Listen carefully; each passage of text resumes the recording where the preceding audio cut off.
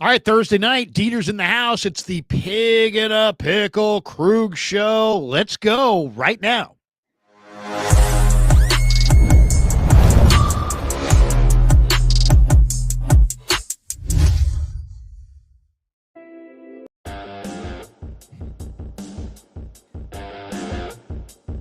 All right, we get it rolling on the Krueg Show Thursday night. Happy March 27th. Happy baseball opening day. My Giants were winners. Oh, 162-0. Feel it coming. This is the year. This is our year, baby. White Sox got a position player to pitch, and this time it wasn't for them. The other team had to have a position player pitch because the White Sox rocked them so hard. It was the best day of the season for my White Sox. All downhill from here, baby. Did I tell you that I took Kev and my other sons to A's White Sox last year when the White Sox had lost? It was like some record number. It was already 100. But I think it was in a row. And the White Sox beat I went to the A's. start of that. Yeah. The White Sox beat the A's that night. I couldn't believe it. I got to bring you to more games, Blair. It was a freaking ghost town in Oakland. But, of course, this is the Krueg Show, and we're brought to you by Pig and a Pickle, the best barbecue in all of Northern California. Check them out in Emeryville and Corte Madera. They're open 7 days a week from 11 a.m. till 8 p.m. or until they run out. Go say hi to Damon and Mary. Get some brisket. Tell them the Krueg sent you. Sharp Corner Sports Cards and Collectibles is our sponsor as well. They're at 205 Cypress Avenue in Pacific Grove, California, on the Monterey Peninsula. My good friend Anthony Catania is the owner. He's at 831-521-5264. And it has been a great month of March, and we'd like to thank our month of March spring training sponsors. Claw Daddy Arcades with 3 locations in Southern California, plus Fresno, Modesto, and a location coming in the Bay Area. He's a great follow on Instagram at Claw_Daddy_Arcades, and find a location near you. We love Claw Daddy Arcades. And this show is also sponsored by LearnKey, LearnKey's Upskill Academy, an online learning platform designed to get you job ready in 6 months or less. Whether you're interested in IT, cybersecurity, marketing, could be a number of fields. They offer over 30 different certification programs to help you take that next step in your professional career. They've been in business 37 years. They've helped over 200,000 students along the way. They have over 100 graduates every month who are placed in new, well-paying jobs. So the links are in the description below. LearnKey Upskill Academy and Claw Daddy Arcades. Thanks to both of them for being proud sponsors of the Krueg Show, especially during the month of March. And, of course, thanks to them, we ventured out into Scottsdale, Arizona for a little spring training trip. So we had a great time, courtesy of Claw Daddy Arcades and LearnKey. So thanks to them. The links are in the description. And if you want to support the channel, the best way is to support our sponsors. Hell yeah.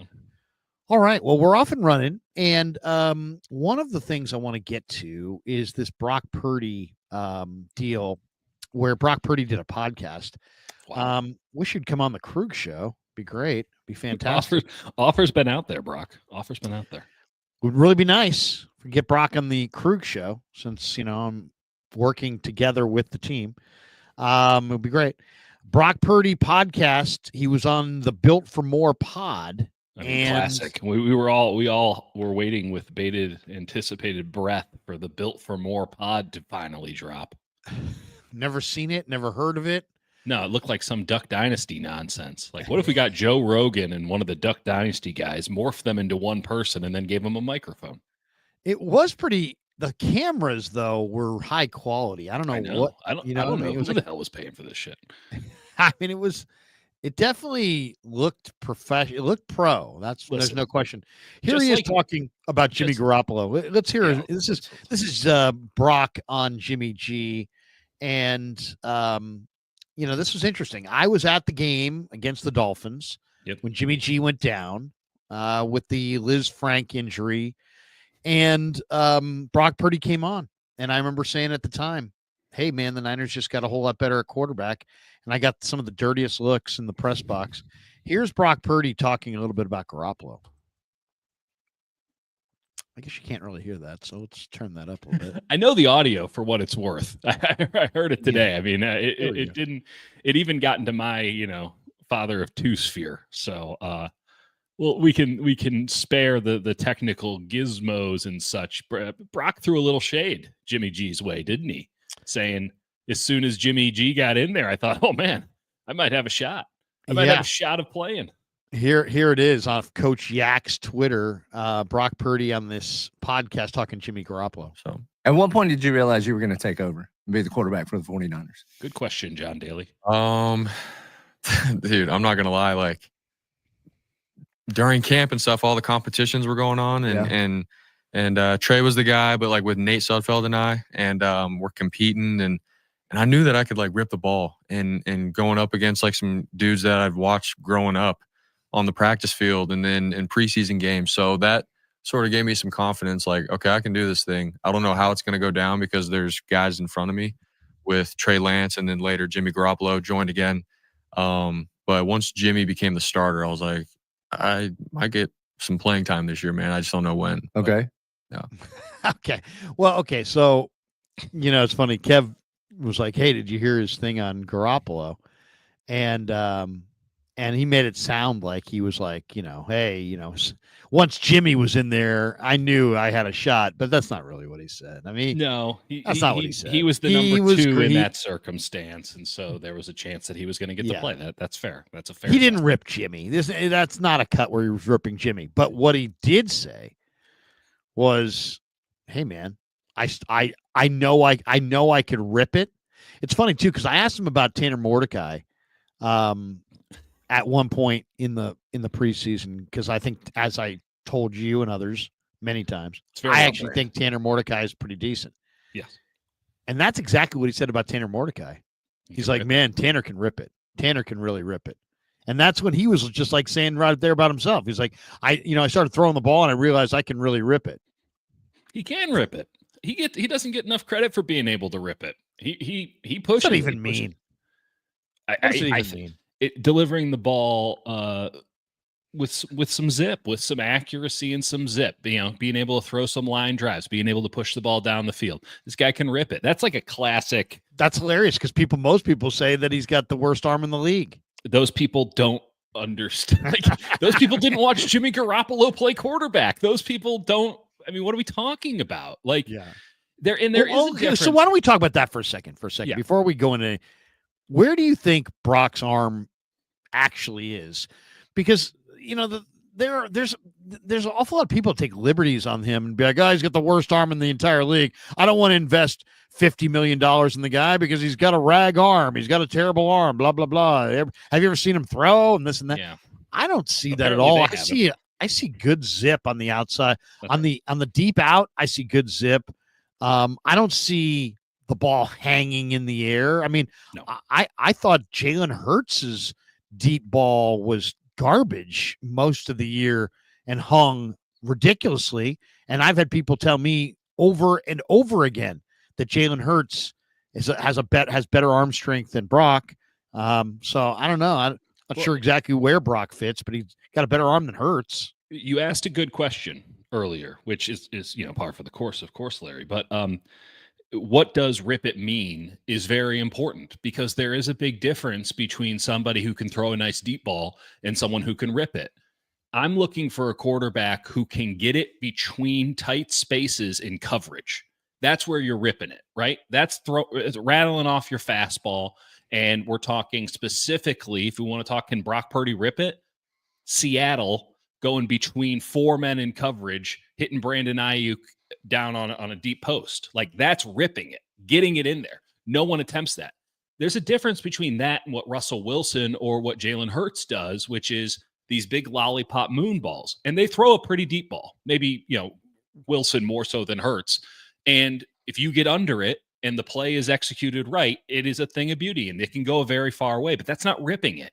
That's not somebody manipulating a safety, finding a window between the safety and the linebacker, the safety and the corner, and being able to get it into a tight window on time, on budget, and get your wide receiver not only the ball, which is the challenging part, but also the ball in the right spot to where you can get some yards after the catch. So I'd much prefer someone who could rip it personally, and then the deep ball merchants who, yeah, it's pretty and it's fun, but so many things have to go right in order for that sort of a play to work. And it really does limit your offense when you only have a deep and a short pass game. I want intermediate to deep more so than even the short stuff. So probably an overthink. It's funny. It's like, I've been around a lot of different teams, a lot of different quarterbacks, and I've heard the term let it rip. Right. And then I've heard, he can really rip it. Yeah. To me, it's not about necessarily arm strength. It's also a combination of arm strength and balls. It's like, do you have confidence? Do you have guts? Yeah. This 100%. Guy can really rip it, means that he can stick it in there, and he it's like it's a combination of arm strength, but also guile, moxie, guts.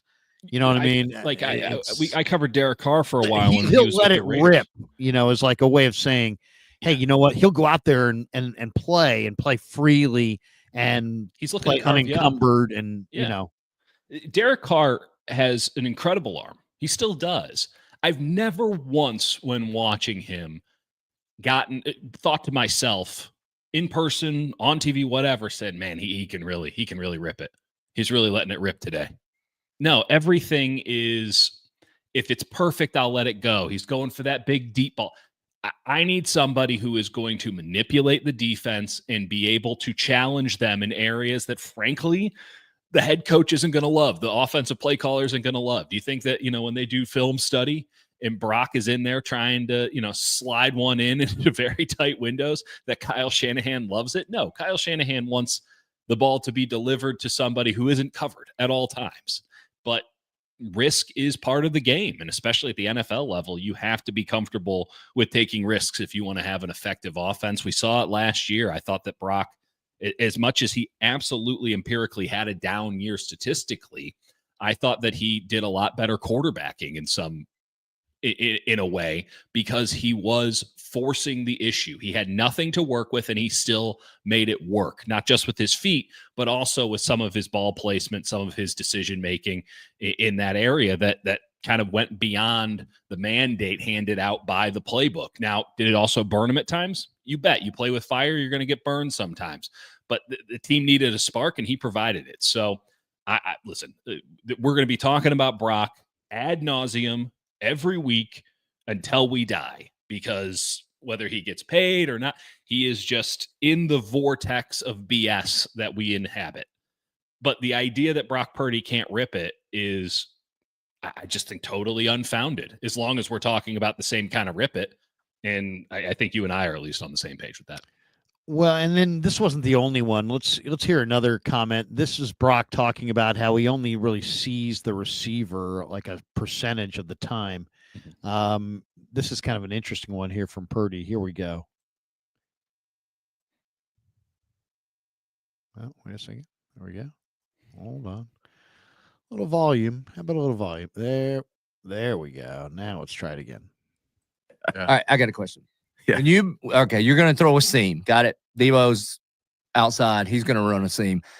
What do you see? Can you see that he's actually open? Or, like, help me, because it doesn't make any sense to me. You're 6 foot, whatever you are. Everybody in front of you is a foot taller than everybody else on the planet. Hands are in the air. And it's just, because the angle we get, they're like, oh, God, he had a step. But if you're 40 yards away on the ground, looking through 20 other people, what do you see to release that ball? Or is it, it's 50-50 and you're just going to try to put it in the right place? So my quarterback coach, Brian Greasy, last couple of years, he and I talked about that. He played 11 years. His dad's Bob Greasy. But we got talking about how really it's 60-40. You can see about 60% of the time, and the other 40% you really can't. It doesn't matter how big you are. Right. I'm already shorter in stature, yes, but he goes, that's why it's so important when it comes down to knowing coverages, knowing scheme, where our players are supposed to be, how many steps they're breaking, and where the ball should be over a certain backer. Like, all those things, man, it matters. And that's why, like, guys, if you go to a combine and all those things, you're just throwing on air, and yeah, you look all good with a strong arm and fast jumping, all that stuff. But when it comes down to 11 on 11 and you got guys that are a foot taller than you and you can't see, it comes down to the processing. Like, before the play, like, I know that the safety is probably going to rotate down. It's going to be one high, and I got one hitch, no more than that, to rip it where Debo's supposed to be, like, just inside the hash. And there's a backer that's also got a 40-inch vert that I got to put up. You know, like that's what's crazy. All those things. When you fit it in over the backer and underneath the deep safety, I'm like, oh my. And he's elite in the middle of the field. Yeah. 100%. Yeah, your Crazy accuracy good is in the just- middle of the field. Yeah. It is so Which crazy. is a lost art, by the way. Thanks, Denny. Who's that? Who's this guy with the hat? So that's Denny Thompson. He's a quarterback trainer. And the other guy is apparently named Joby Martin. It's the first Joby I've ever heard of, who has some church that looks like it does some pretty good tax evasion. So good for them. They have a podcast now. And some great cameras. So this last one was kind of interesting, just from the standpoint of, people have I don't know if, people realize, because we talk about football a lot, but how hard it is to play quarterback in the NFL and why you need to have, I used to talk to, scouts for hours about what are we looking for? What are we looking for? And the old saying, well, nobody knows what they're looking. Nobody can verbalize it, but if you see it, you can recognize it's the Potter Stewart argument. Yeah. I know it when I see it. And then then there's, I know scouts that were like, hey man, I'm all about traits, and other guys were all about hand size, and guys were about, hey man, I'm about winning, and the biggest deal is about winning, and do you win, and does your quarterback win? But the one thing that was a common denominator of all the different scouts that I talked to is that we all kind of agreed that playing quarterback in the NFL, the number one prerequisite is incredible intelligence. Of course. There is no such thing as the dumb quarterback. They might be book dumb, but they're not football dumb. Not even close. Because it's just too much going on. I mean, it's just too much going on.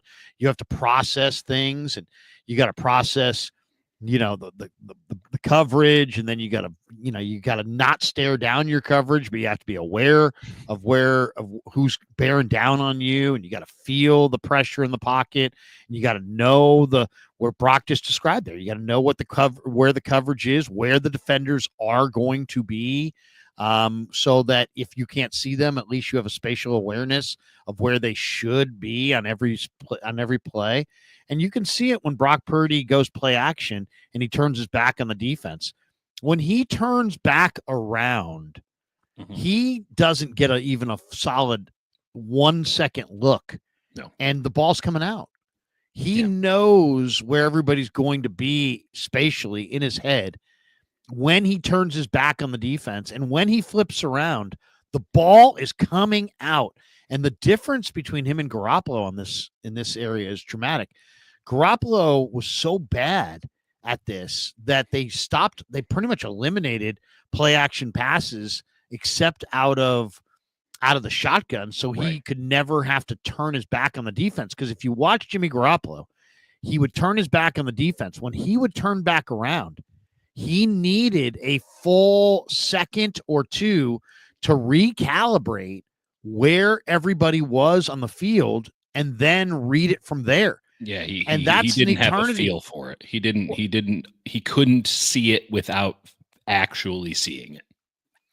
I mean, he could throw with anticipation on a basic pass, but he couldn't throw with anticipation off of play action, turning his back on the defense. And so he just wasn't very good at it, and it would just take him a lot more time. So I think it's interesting. Haven't they gotten rid of? I mean, I seem to recall that they got rid of most 5-7 step drop play actions for Brock as well, that they put him in shotgun so that he had more opportunity to scan the field with his eyes downfield, and that they were almost an exclusively shotgun team last year. Yeah, I'm just saying that when you watch Brock do play action under center, he's still good at turn his back on the defense, you can tell as soon as he turns back around, the ball's ready to come out. Yeah. Where with Garoppolo, the ball was not ready to come out. Right. So I just could see it without seeing it. He knew where guys were based on time. This answer that he just gave is just another example of how you really have to do the mental reps, and that's where Brock Purdy. I mean, does he have a superpower? His superpower is two things: his quickness to avoid.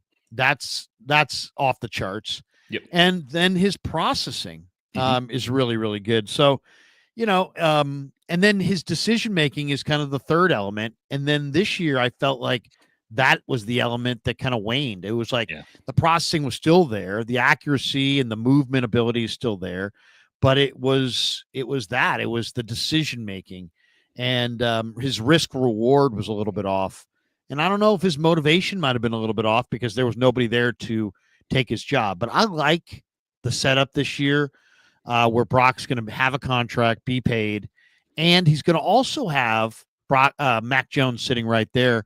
And I don't think Mac Jones is special, but I do think Mac Jones is really special compared to Josh Dobbs. I mean, I think Mac Jones is really special compared to Brandon Allen. I think he's quite, and I think even if he's not really a threat to Brock will view him as a threat to Brock. And that's more important than actually being a threat, because I need Brock to feel, I need to get the best. It's like the Warriors this year.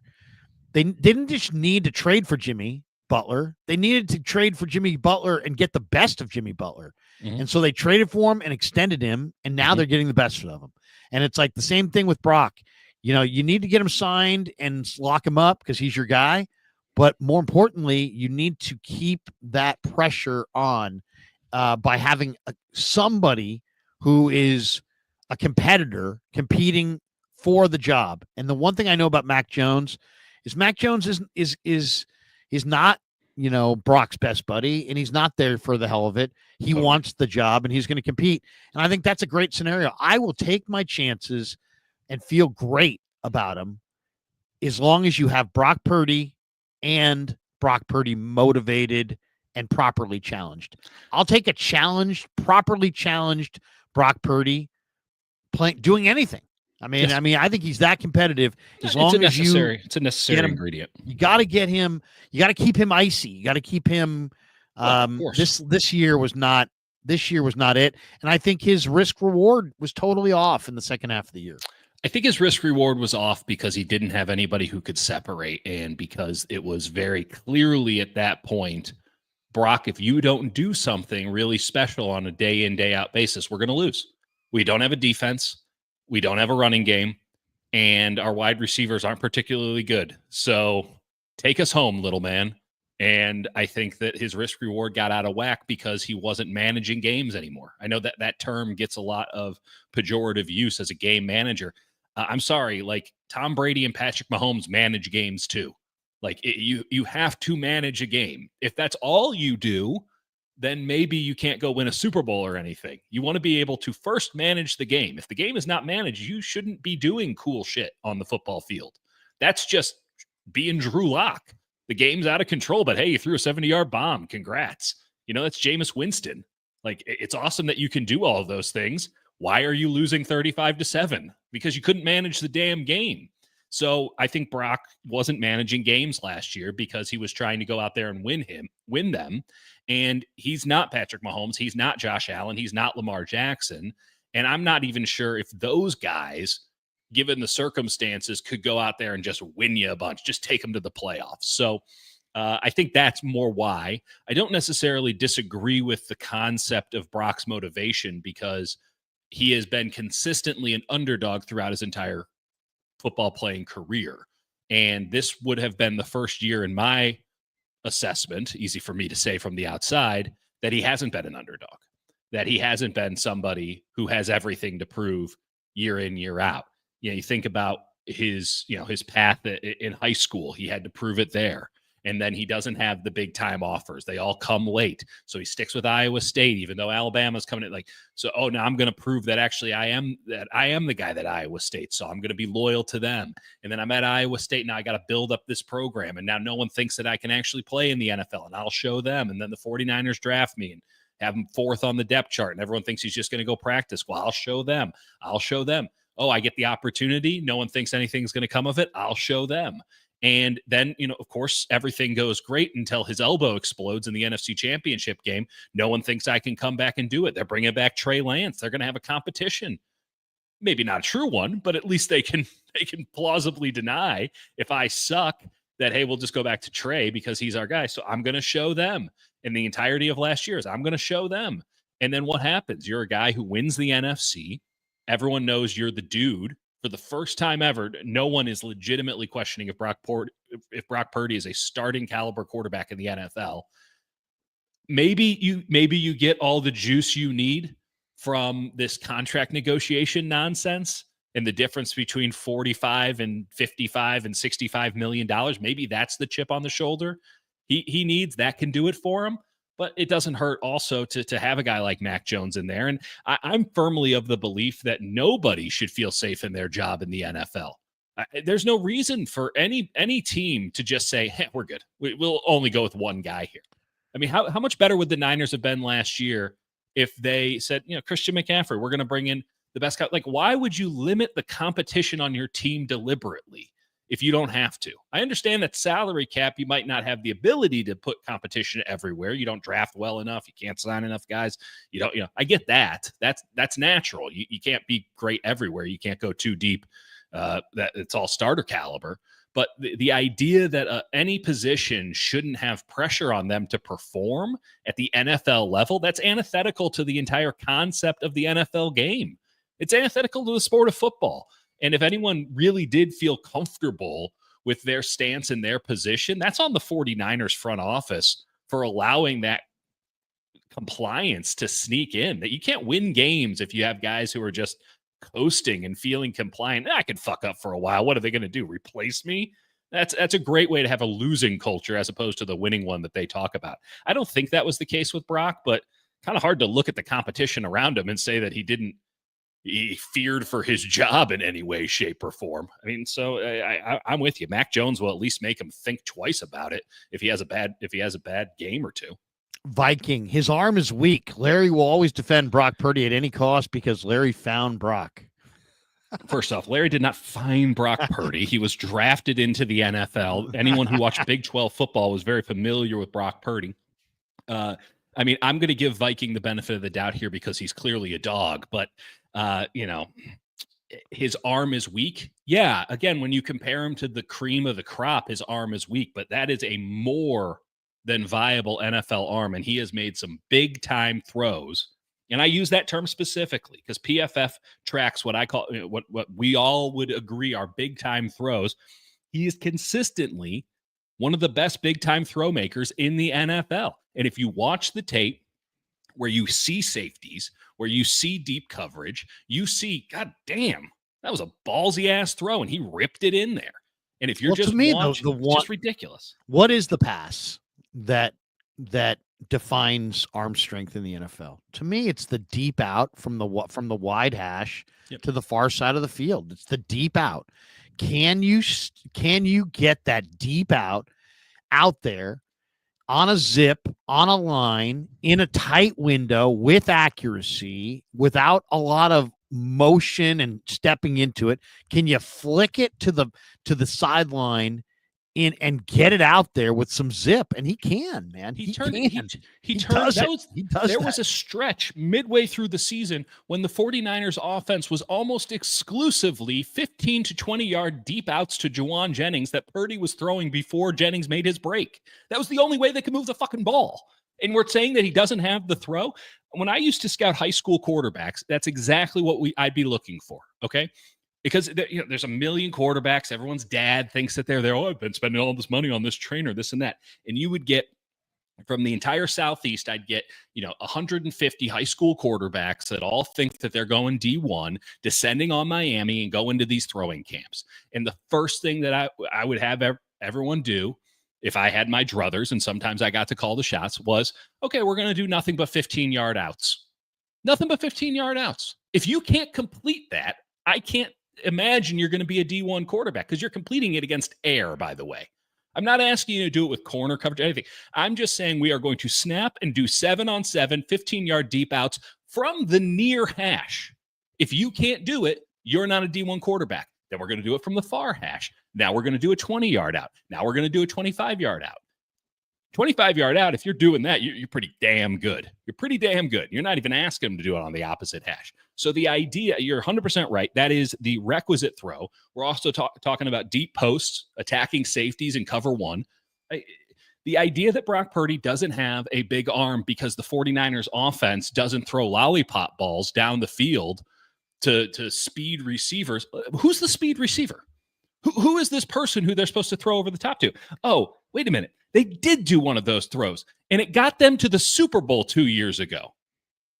Like, Brock can push the ball down the field. You're just willingly forgetting all of the deep throws. There's a lot of haters out there. Roast beef, Larry. I need my nightly Olafemi Oladejo fix. Oh, Don't we all? It's coming. It's getting. Give it time. Roast give it time. Beast. That's the meats. Couple other thoughts. Jordan Schultz had a report this week, and he kind of couched it as a new report. Jordan, you kidding just got me? to the party. What happened? Dude, Texas Tech beat Arkansas. Okay, who gives a shit? Texas Tech was down big in that game, dude. Well, Arkansas gagged majorly. That's the Calipari experience, baby. I had Texas Tech tonight, so I don't think I covered, but that's saying something because I looked at, the other day. That's a gag, man. That is an Arkansas. That's a Calipari. Woo pig suey, M-I-Z. But whoa, that is it was like $200 to get into that game, and apparently no one went. I was really interested because I'm like, shit. Maybe really? There was a bunch of empty seats. There was a bunch of empty seats. It was not. Of course, there were. All the teams. The closest team was from Lubbock. The second closest team was from Fayetteville, Arkansas, and then it's Florida. And there was one. I mean, who else? Florida played. Maryland. Yeah, like no, and you know who's coming for that. And what, you're going to drive to? You're going to walk through South of Market and to go to a college basketball game with teams you don't care about, don't know. There's no passion for college sports. It was just so. It was. Listen, I have no problem with San Francisco wanting to host the West Regional, but like the West Regional should probably have a team from the West in it. Just a thought. Yeah, just an idea. Seriously. Maybe we put like Arizona in there or something, so at least you can sell some seats. I don't even know if that. Meanwhile, Purdue's playing in Indianapolis. They have to fill a football stadium. They don't have enough seats. Sure, they love it back there. But Jordan Schultz in this revelation says that Brock just came off vacation, apparently. Going to get 50 to 55 million annually. Sure. And a lot of people reacted negatively to that, and to me, it's just like, wait a second. The top quarterback is Prescott. He's making, as far as salary, he's making 60. There's a whole slew of guys making between 50 and 60 who haven't done anything. Purdy's got a better resume than most of them. And the quarterback market always seems like it's going up, and the cap is always going up. And I could make a very compelling argument that he should get a contract north of Prescott's $60 million. If indeed this report by Schultz is accurate, I think this is the most encouraging thing I've heard on the Purdy front yet. Why? Because to me, if Schultz is saying that this deal is going to arrive around 50 to 55 million, one, I don't believe him. I do think that's a little on the low end. I'll stay with my prediction of 56 million AAV. But either way, what it tells me is two things. One, it sounds like Brock's agent, Kyle Strongen, has got into that space where it's going to be a great deal for Brock and take care of him well, very, very handsomely. Mm-hmm. But it's also going to be a bargain for the 49ers, because I think paying this quarterback $50 million, $51 million, $52, $53, I think that is, in the grand scheme of things, a relative bargain. I know there are people out there that are saying Mahomes makes 45. That's different. It's a fundamentally different contract, and Allen has a fundamentally different contract. Those are contracts. They have huge years and huge guarantees. And they're made to be restructured in the future, and there's no way for the teams to get out of them. I like the 50 to 55 mil. I think that's the win-win. I think that takes care of Brock and gets him, a lifetime of wealth and generational wealth, and it secures his future. Mm-hmm. But it also leaves enough meat on the bone for the Niners to go build a team around him. I think it's a reasonable number. If it is between 50 and 55, it's definitely high, but it's definitely not new. It's not precedent setting high. And that seems like where the contracts have been for quarterbacks. They've been on precedent-setting type deals. I think 50 to 55, if that is ultimately roughly where this thing lands, I think that's good news for everybody. I really do. What do you think? Jalen Hurts makes 51. Lamar Jackson makes 52. Justin Herbert makes 52. Jared Goff makes 53. Tua makes 53-1. They had to get that extra $100,000 in there. Trevor Lawrence makes 55. Jordan Loves makes 55. Josh Allen makes 55. Joe Burrow makes 55. And Dak makes 60. If you slide Brock Purdy in there anywhere, would it look out of place? No, not in the least bit. I mean, it would if you gave him 65. No, I mean, if you slid him in there, right? So he has to fit somewhere between 50 and 60. Yeah, I mean, I think the 52, would it look weird if it was? It's just the lower number makes it better. For Brock because I think what this year showed is that he's a good quarterback, but that he needs talent around him and that he should be incentivized to take a little bit less than top of the market to guarantee that he is surrounded by a good surrounding cast. To be fair, I don't give a flying fuck what his average AAV is because it does not matter. It doesn't matter. It's fake money. It's just something for the headlines. We're talking about this with Brandon Aiyuk, right? Oh, Brandon Aiyuk makes $30 million a year. Not really. Not really. He makes like 7 plus a bonus here and an injury guarantee here. And these contracts are so convoluted and optioned up that the idea that it's like the NBA and here's your number every year, you're getting paid as much as Steph Curry is ludicrous. It's the total guarantees and truly the fully guaranteed money.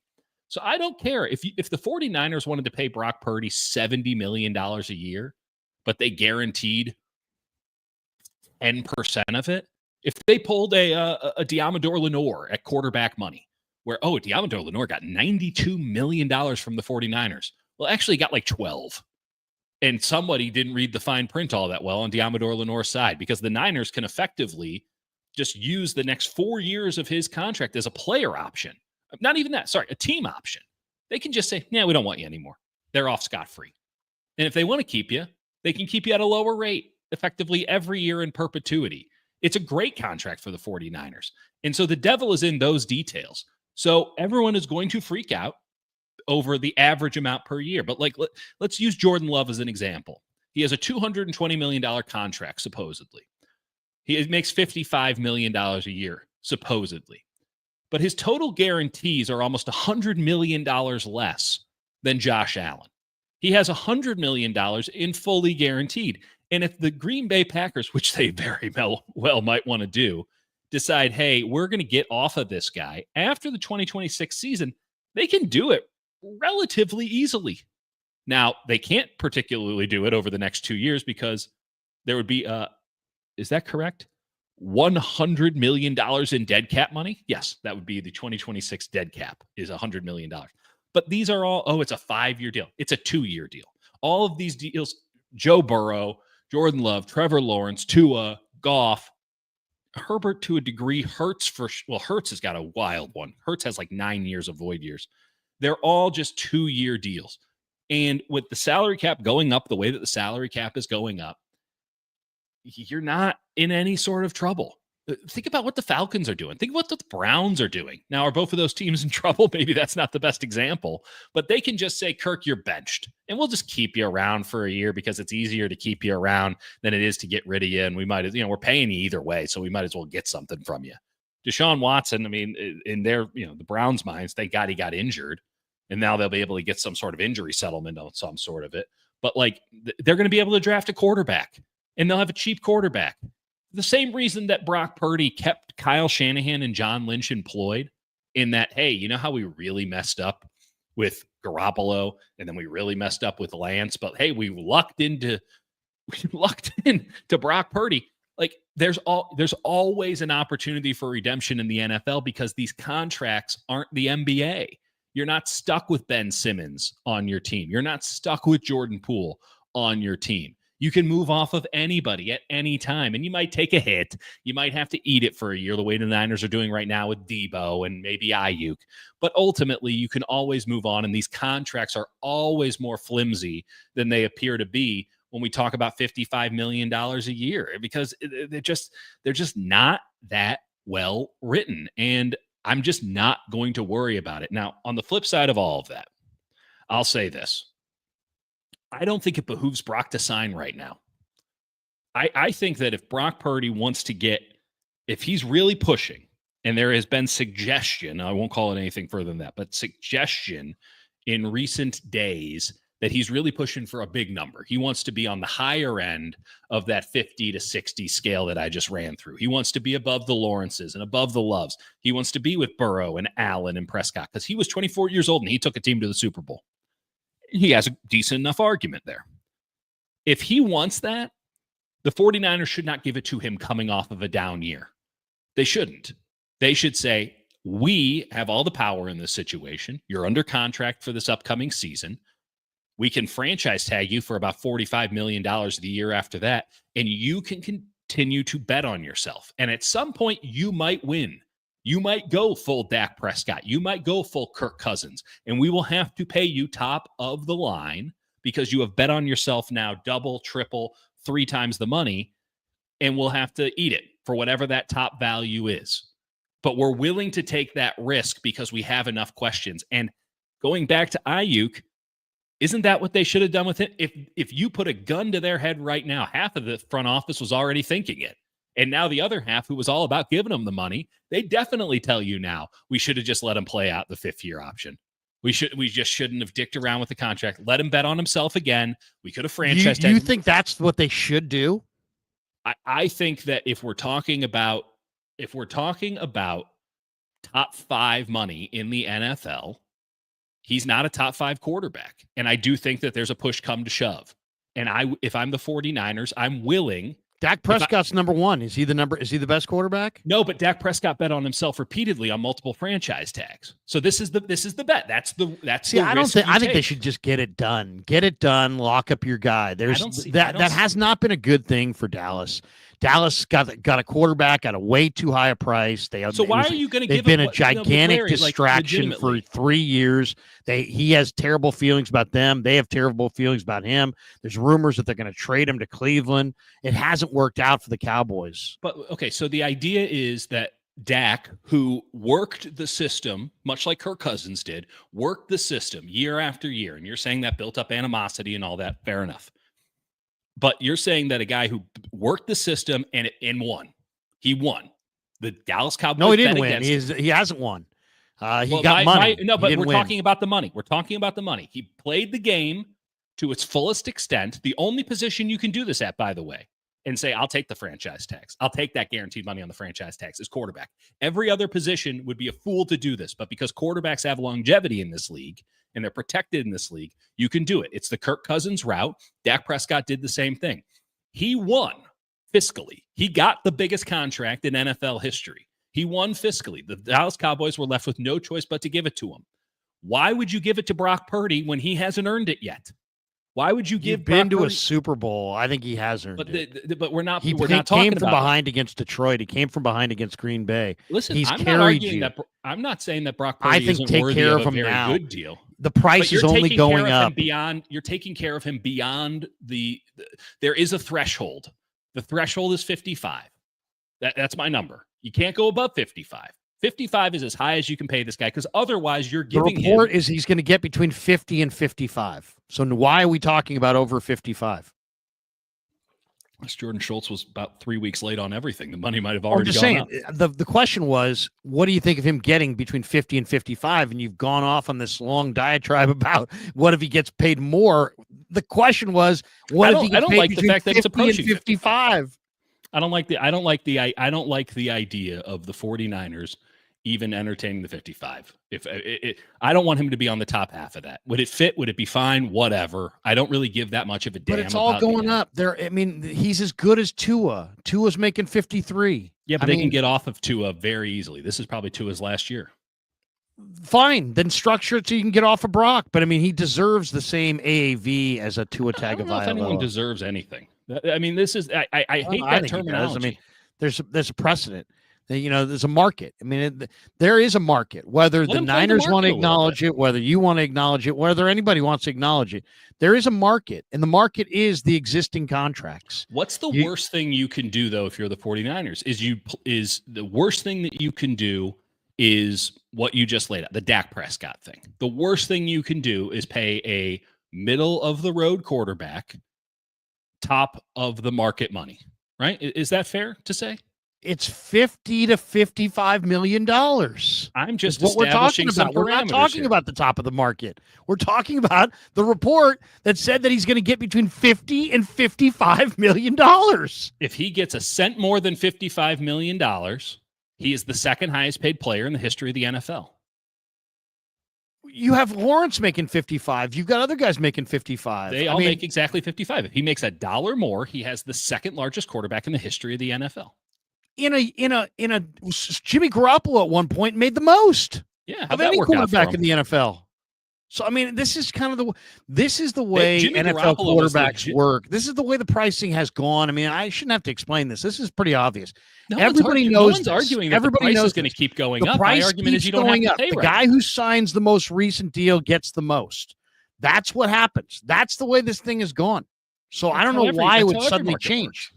It hasn't suddenly changed. My argument is pretty simple. First off, I disagree with the assessment. While yes, the newest guy gets the most, the newest guy gets more than he probably should because of inflation. That doesn't mean he gets the most. Has Brock Purdy proven himself to be a market setter? He's done more in his career than Dak Prescott. But has he done enough in his career to be a market setter? Well, I really don't know or care, but I mean, he's done more than most quarterbacks his age have done. I mean, and the fact that we're talking about this kind of money is very indicative of that. But how many quarterbacks, 24, have taken a team to the Super Bowl? How many quarterbacks at this age have won the level that he's won at? He's a good quarterback. No question about it. The question is not, I don't want to get, we only have a half hour. We can't go on for this forever. The question is, what do you think of the $50 to $55 million? If that report is accurate, what does that tell you about these negotiations, either about Brock's side or the Niners side? Do you think the Niners have a good deal? You think Brock's got a good deal? But that's the number. I don't think we need to filibuster on this, all these other high numbers, because that's not the report. I mean, there's no real, unless you know of a report that I don't know of. There's another report that was 57 a week ago. I didn't see that. Yeah, I mean, if it's between 50 and 55, that's a pretty wide range, and it doesn't seem like anything is going to be getting done anytime soon because there's a very different connotation to each of those numbers. 50 is a connotation of, hey, the 49ers won, even if there's going to be a subsection of people who any number above $30 million is way too much money for them. Those people can't be helped. If we're talking 55, yeah, sure, that's the same as Lawrence and Tua and Love, but it's also the same as Allen and Burrow. And again, all of this comes down to the guaranteed money, so that's really what matters. But what it tells me is that Brock Purdy isn't going to be settling for some discount rate so that he can have the security of, I have a contract, I can get a new contract down the line, let's get this thing done and let's get this thing over with. It tells me that his side is looking for the big payday now, and that what was 50 to 55 could then very well turn into, actually, it might be 56. It might be 57. Maybe we push more. Maybe we push for more. Maybe we go for the big one. And if we're in that mindset and I'm the 49ers, I just say, you know what? There's a $45 million franchise guarantee coming your way in 26. You're under contract for 25. We're going to make our best offer. Let's call it 51. What was the number? You think he's going 57? What was it, 56? Well, no, this report said 50 to 55. No, I know. I know Jordan Schultz said 50 to 55. Yeah. I maybe what I'm beating around the bush is that I don't put a lot of slightly stock in Jordan Schultz. He'll get slightly over that, I think. But I mean, once again, there's just so many people that are just like losing their mind. I mean, I'm reading Grant's thing. Grant's like, "Oh, trade him and go with Aaron Rodgers." It's like, what? You got. No, I mean, come no. on. Listen. Really. We're going to go with Aaron Rodgers. I mean, how many quarters? Forget games. How many quarters of play before Aaron Rodgers is knocked out for the year behind this 49er offensive line? Hey, but you have Mac Jones, so what's the problem? But I mean, you're saying go for Aaron Rodgers and trade stupid. Brock Purdy. I mean, there's a part of the Niner audience that is just morally opposed to paying Brock Purdy, and they're just going to bitch and complain and moan endlessly about what they pay him, and nothing, any amount's going to be too high, and it's like no market. It doesn't matter what Tua makes. It doesn't matter what this guy makes. It doesn't matter what that guy makes. You just can't pay Brock. Don't pay Brock. Like, it's going to be the ruination of the 49ers. And to me, if they pay him what they're rumored to be paying him, 50 to 55 million, I think that's a screaming deal. Because everything's going up. Everything's going up. How many times you've heard this? 2 years from now, it's going to be a hell of a deal. And it's always the case because the numbers always go up. So you're Jordan Love or 2 years from now. 2 years from now, all those deals are going to look pretty reasonable by comparison. Sure. I don't disagree. We're going to have a $70 million quarterback here soon. Yeah. I mean, CJ Stroud's going to get $70 million a year. So, like, I'm not pinching pennies. I'm not worried about him. By the way, nobody wants to go long term because that's the way to keep it down. You go long term. You want to keep it down. You want to keep the AAV down. Well, do a big money long term deal with a massive guarantee, and then you can keep that AAV down 45, 50, between 45 and 55 million, easy, no problem. But the fact that you're not willing to do that is all the more reason to consider the quote unquote nuclear option, and just say, you know what, let's see what you can do for us this year, and you're going to come back and you're going to make more money if you have a better year in 2025. And we know that we're not giving you the best weaponry. We know that, it's a bad circumstance. But if you come back and you have a better year than you did in 24 and 25, you can come to the table and say, we're starting at 60 and we have no recourse. If I'm the 49ers, I'm willing to bet it. I'm willing to make that bet. I don't like that at all. You always have the franchise tag. I'm willing to play the Kirk Cousins game. I don't like that at all. At all. The last thing you need to be doing is fucking around with your starting quarterback and playing these money games. And it's one thing to challenge your quarterback by having good competition and having somebody else there that can take his job. It's another thing to sit there and talk out of both sides of your mouth. And if you want me to run through walls for you, you better take care of me. You better not talk through both sides of your mouth. You better not over on this side of your mouth say, you're my guy, and over here say, you're not my guy. I don't trust you. I'm going to dangle the carrot for another 3 years, and I'm not taking care of you. That's how you create bad vibes, dysfunction. And I think there's a better way to do it. There's a better way to challenge your quarterback to be the best he can be than basically saying you're our guy endlessly and then not walking the walk. If you're going to talk the talk and say you're our guy, then take care of your guy.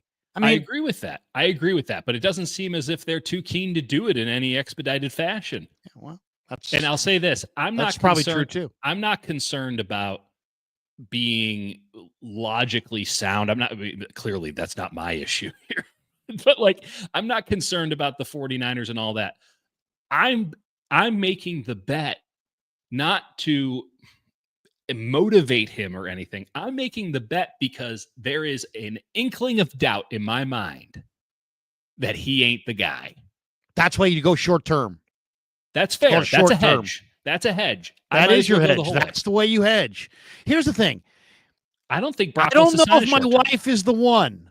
Okay, well, guess what? That's kind of a bad situation, right? But there's different ways to deal with that. And maybe if there's some money on the line, maybe a prenup, but I'm just saying that is their hedge. But go short term with the quarterback. He'll understand that. That's his. Will he sign that's it? Your hedge. Will he sign it? But yeah, I think if you're taking, I think that's what we're going to see here is the Niners are going to go short term. They're going to go with $100 to $120 million guaranteed. And you're going to see money that's greater than 97.5 million is what he would get on the franchise tags over the next 3 years. and with his guaranteed money. And so it has to be a better deal than that. And so I think what you're going to look at is, maybe a 3-year deal for, 165 million with, 120 million guaranteed, something like that. I think that's what you're going to see. It's going to be big money. They're going to commit. It's going to be short term. So they're going to have a way out, but I think they're going to take care of him and commit up front and get that contract done. I don't think they're going to pull a Prescott. I think they understand the value of having this done. And also, since he's your hardest worker, he's got to be in the right frame of mind. And to me, making him play in the franchise tag is the absolute wrong move, because it sends a terrible message. It sends like, we're not even sure about you. And if you've openly stated publicly that he's your guy, you better be a little bit more solid on him than we're not sure about you. But by coming out and constantly saying he's the guy, we got big plans, he's our guy.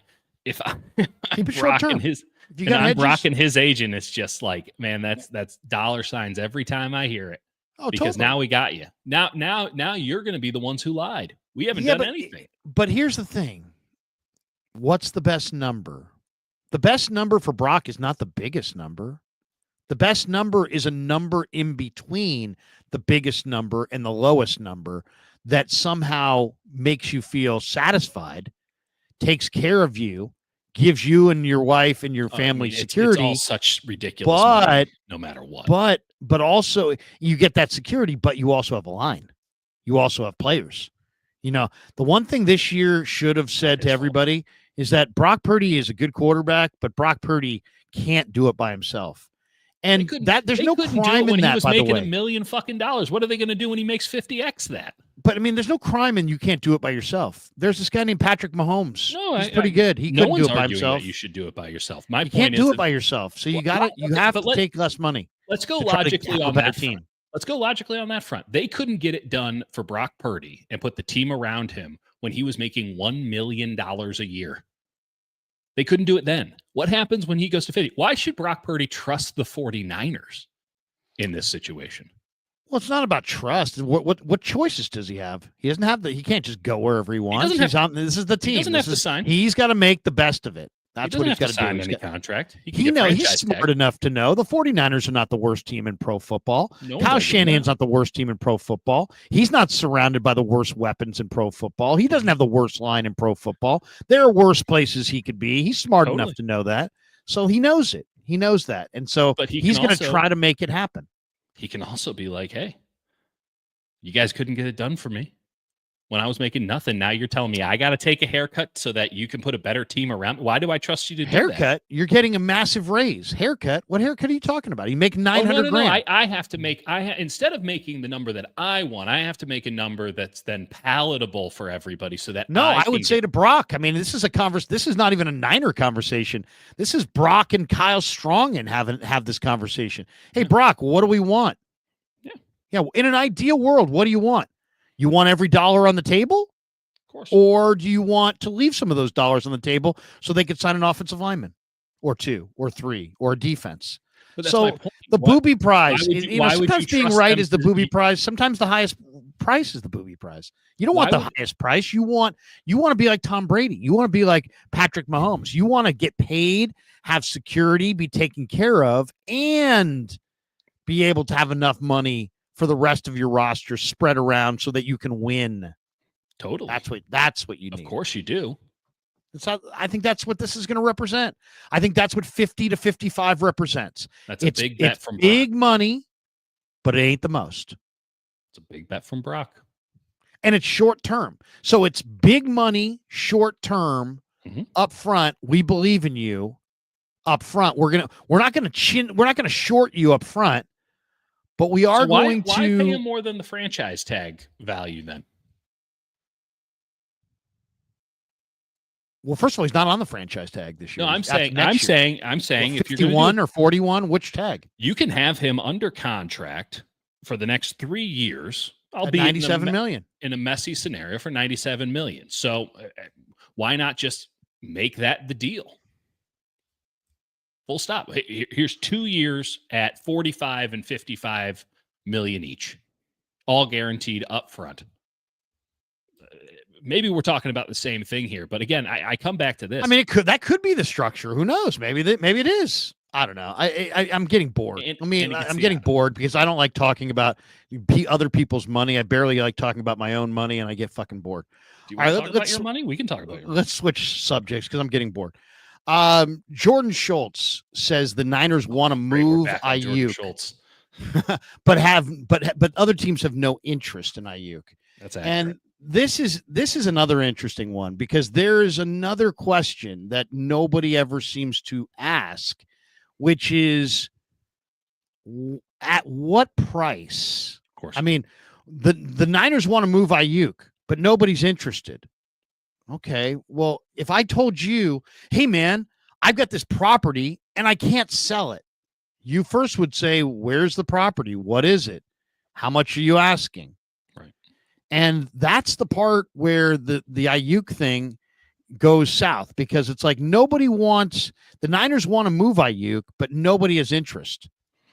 But we don't know what the price is, so we can't possibly evaluate that.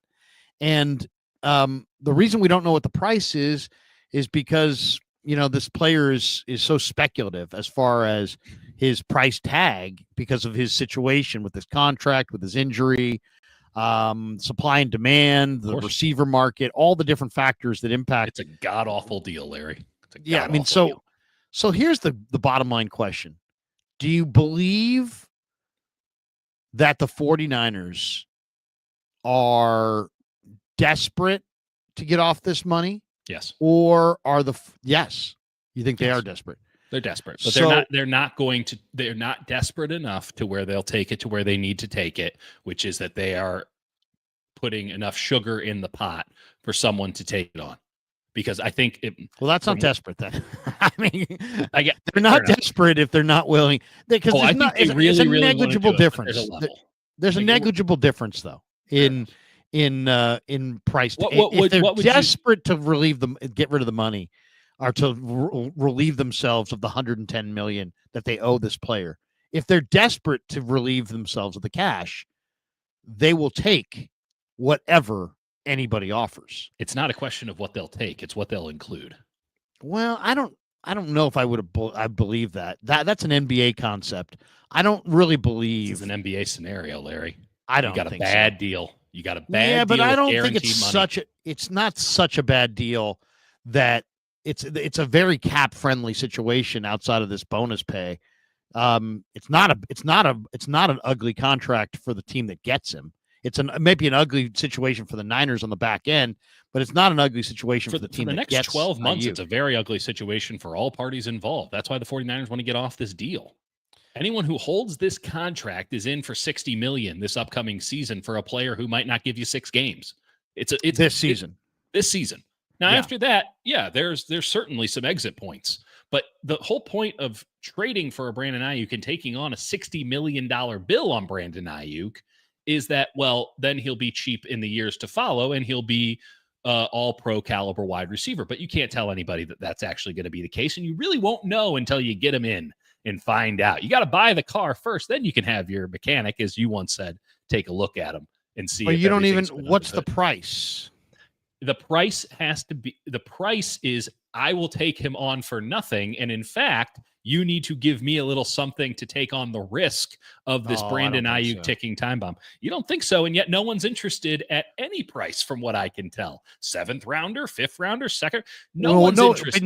But that's not true. Because we don't know what the price is. So it's not, you're saying that nobody's interested at any price, but that's not true because we don't know what the price is. There is actually a price. And the talk was that the 49ers wanted a 2nd or a 3rd round pick and a player in return. And that was probably too much. Here's what I can tell you. They would have to include a day 2 pick to get off of this deal. Oh, I totally disagree. Okay. I disagree with that. The 49ers would have to trade Aiyuk and a 2nd round pick to the Browns to get the Browns to take the contract, and then the 49ers would get nothing in return. Because otherwise the team would just wait a year. I don't believe that. I think that there is a market out there for the player if the 49ers are willing to take very little. Otherwise, John Lynch, are you saying John Lynch is a fool? Because John Lynch literally went to the combine and said that basically indirectly that they were going to trade Aiyuk. And he didn't. I mean, there was no way around that. There was nothing else he was saying there.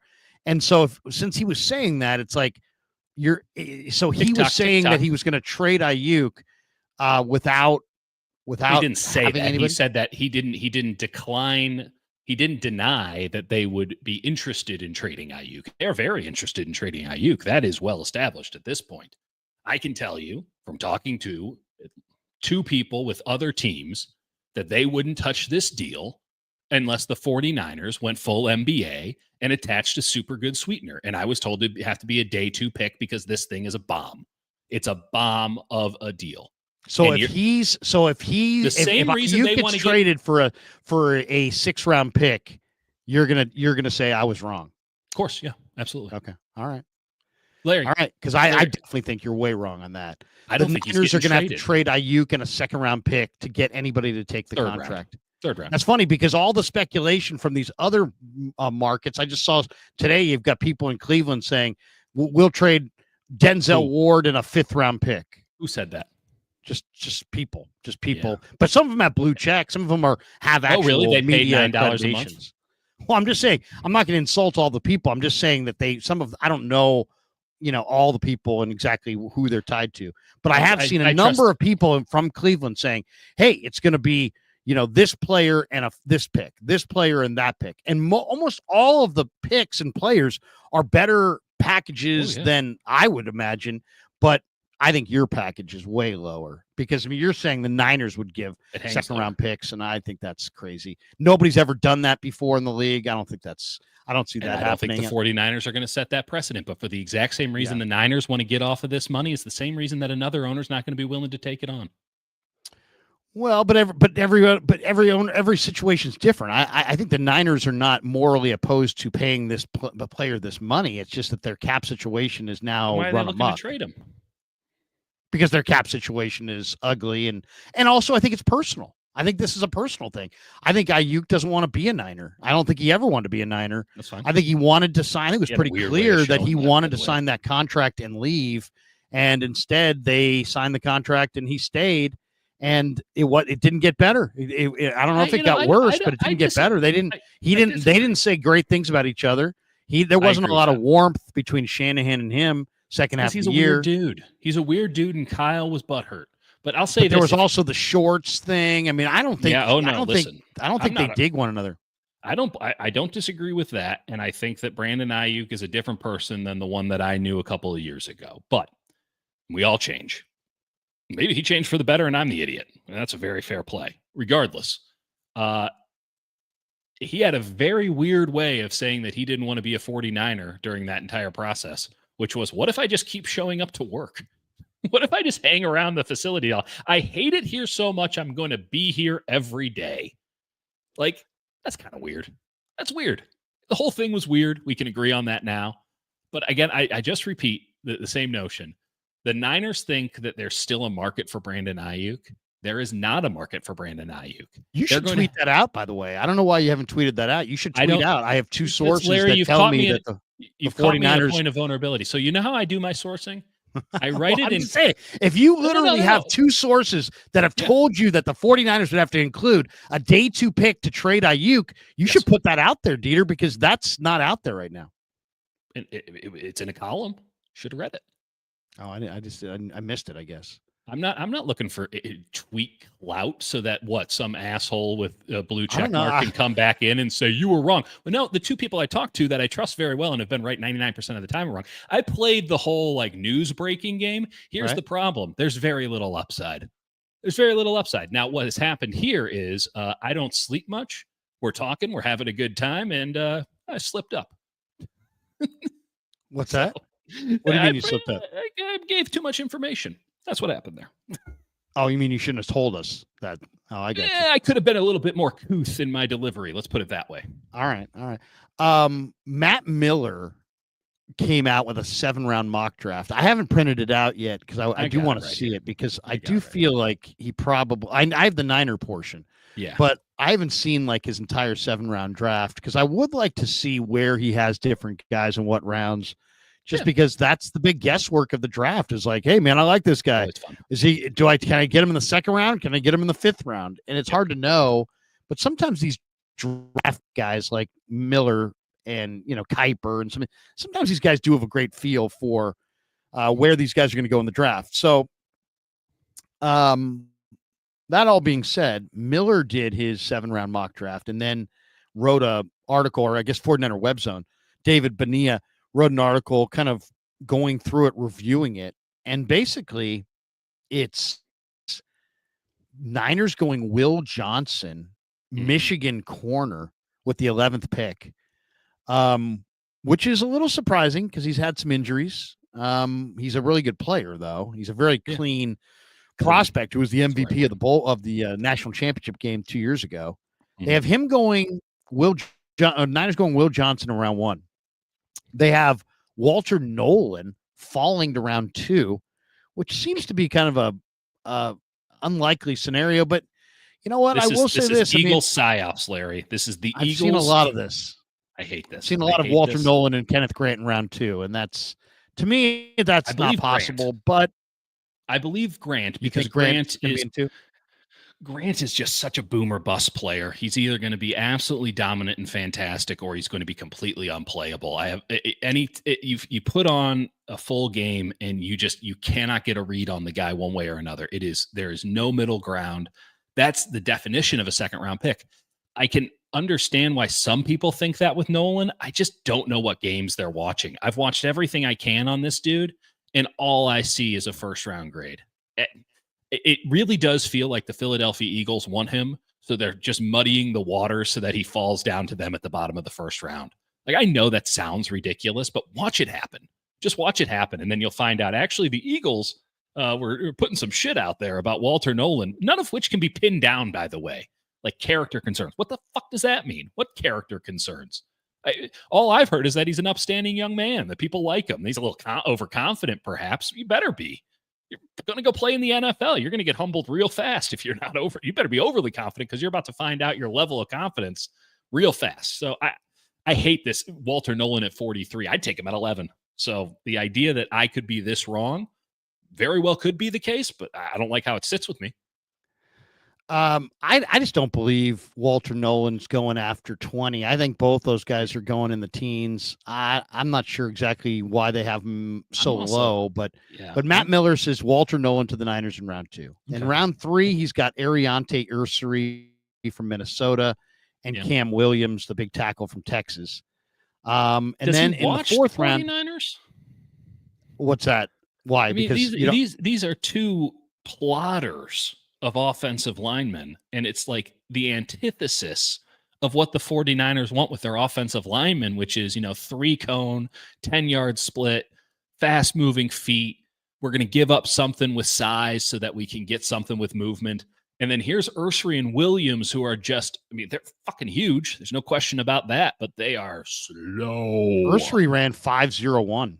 No, he's pretty cooking, man. That's fast. But he doesn't have the lateral. He doesn't have it. He's a plotter, man. He's a plotter. He played tackle in an outside zone scheme at Minnesota. That's the exact scheme that the Niners run.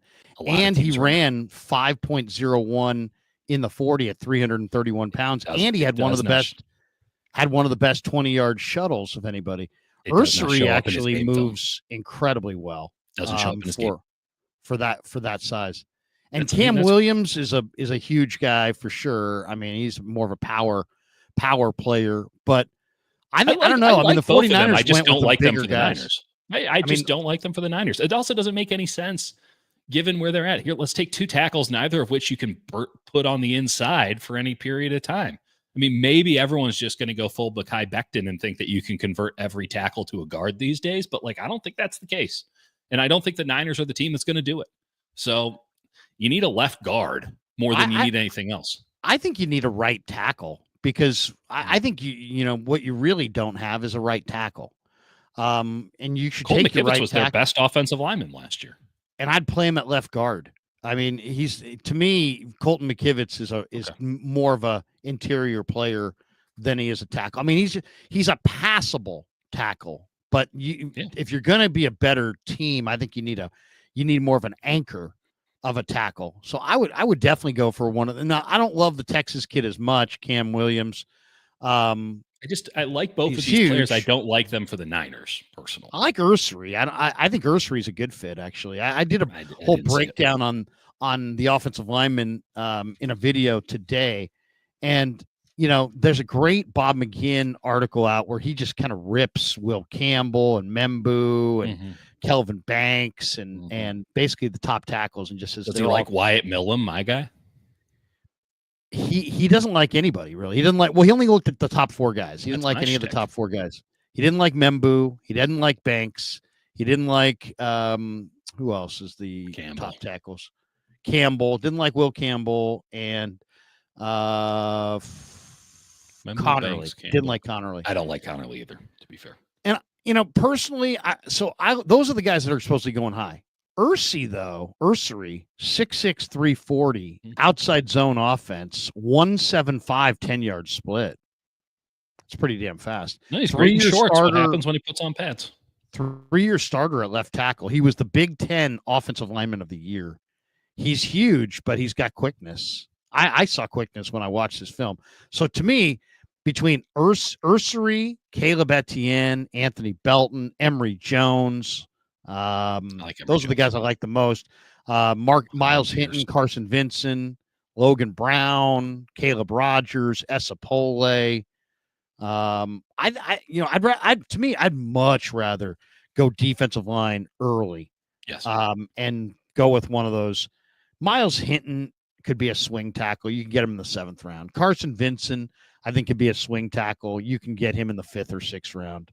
Maybe Emory Jones, I think, is he started at right tackle. I think I think Emory Jones is a guard. A lot of people think he's a guard, but he was all SEC as a freshman at right tackle. He's a 3-year starter at right tackle. He's got the hoops background. He struggles with some speed rushers, but this guy has started every single game since his freshman year. He's got huge hands, almost 11-inch hands. He's got almost 35-inch arms. And I think that Emory Jones is a guy that I think is going to be a better player at the pro level because his body is he looks like a basketball player. I mean, he's going to put on. He's 312 pounds, but he's got a frame. He's going to put on 20 pounds of muscle. I would say 2 years from now, Emory Jones is going to be as good as any tackle that's in this draft. It's going to take a couple years, but he's got Cam Williams and Ursery. And then around day 3, he goes Savion Jones. Love that pick. RJ Harvey. Love that pick. Okay. Thomas Fedone, the second, the tight end from Nebraska. Haven't looked at him at all. I don't like him. I got to check him out. I don't know what it is he does. Yeah, I don't either. Cody Simon, the linebacker from Ohio State. It's a good pick. Riley Leonard, the quarterback from Notre Dame in the 7th round. No, you love that. No, you love the next one. Willie Lampkin, my guy Willie Lampkin in round 7. And then Wisconsin safety Hunter Wohler. I sent a note to Matt Miller tonight, and I'm like, hey, Matt, great Niner mock, man. I hope you're right on about Lampkin and Leonard to the Niners. He said, me too. Lampkin is my draft crush. And I mean, he's my draft crush too. So it's hilarious that Matt Miller has him as his draft crush. But what do you think overall of Matt's draft? What picks do you like?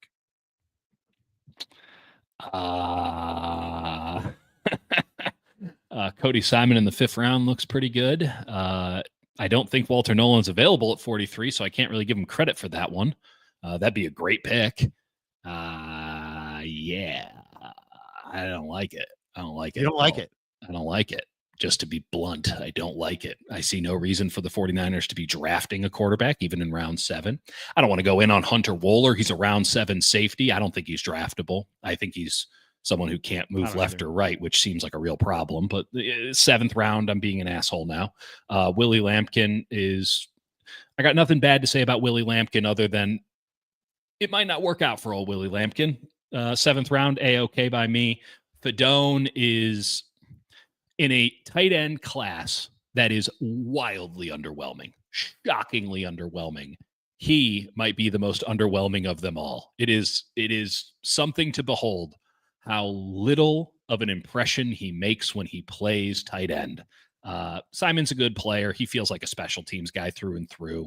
I'm not sure if he's a really small Mike or a really slow Will.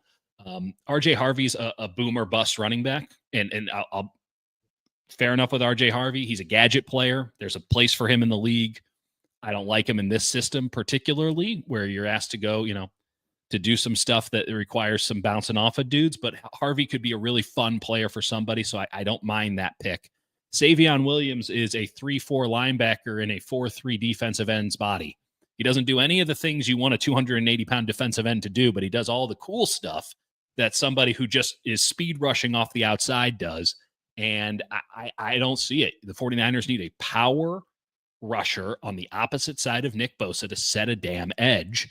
And this guy doesn't set edges, doesn't have any feel for the run game. He has a limited bag in terms of pass rush ability, but he just thinks that he weighs 30 pounds less and that he could just ballerina his way to the quarterback. And he has proven time and time again he can't. Now, maybe with good coaching, it all clicks for him because he's got a hell of a frame and he's got a hell of a, not to get weird, but he's got a hell of a bod on him. But he has a 3-4 defensive end, or he has a 3-4 linebackers mentality, outside rusher mentality with a true 5 technique body. And I hate that combination. I think Cameron Williams and Ursery, I know that Ursery tests well. I don't see it on the tape. I just don't. He looks like a plotter to me, especially getting into a set. And Will Johnson, I think Will Johnson is the best corner in this draft. I don't think it's a good corner draft. And I don't think that Will Johnson's a special corner. I don't see much difference between him and Trey Amos, who's someone you could take at 43, the corner out of Ole Miss.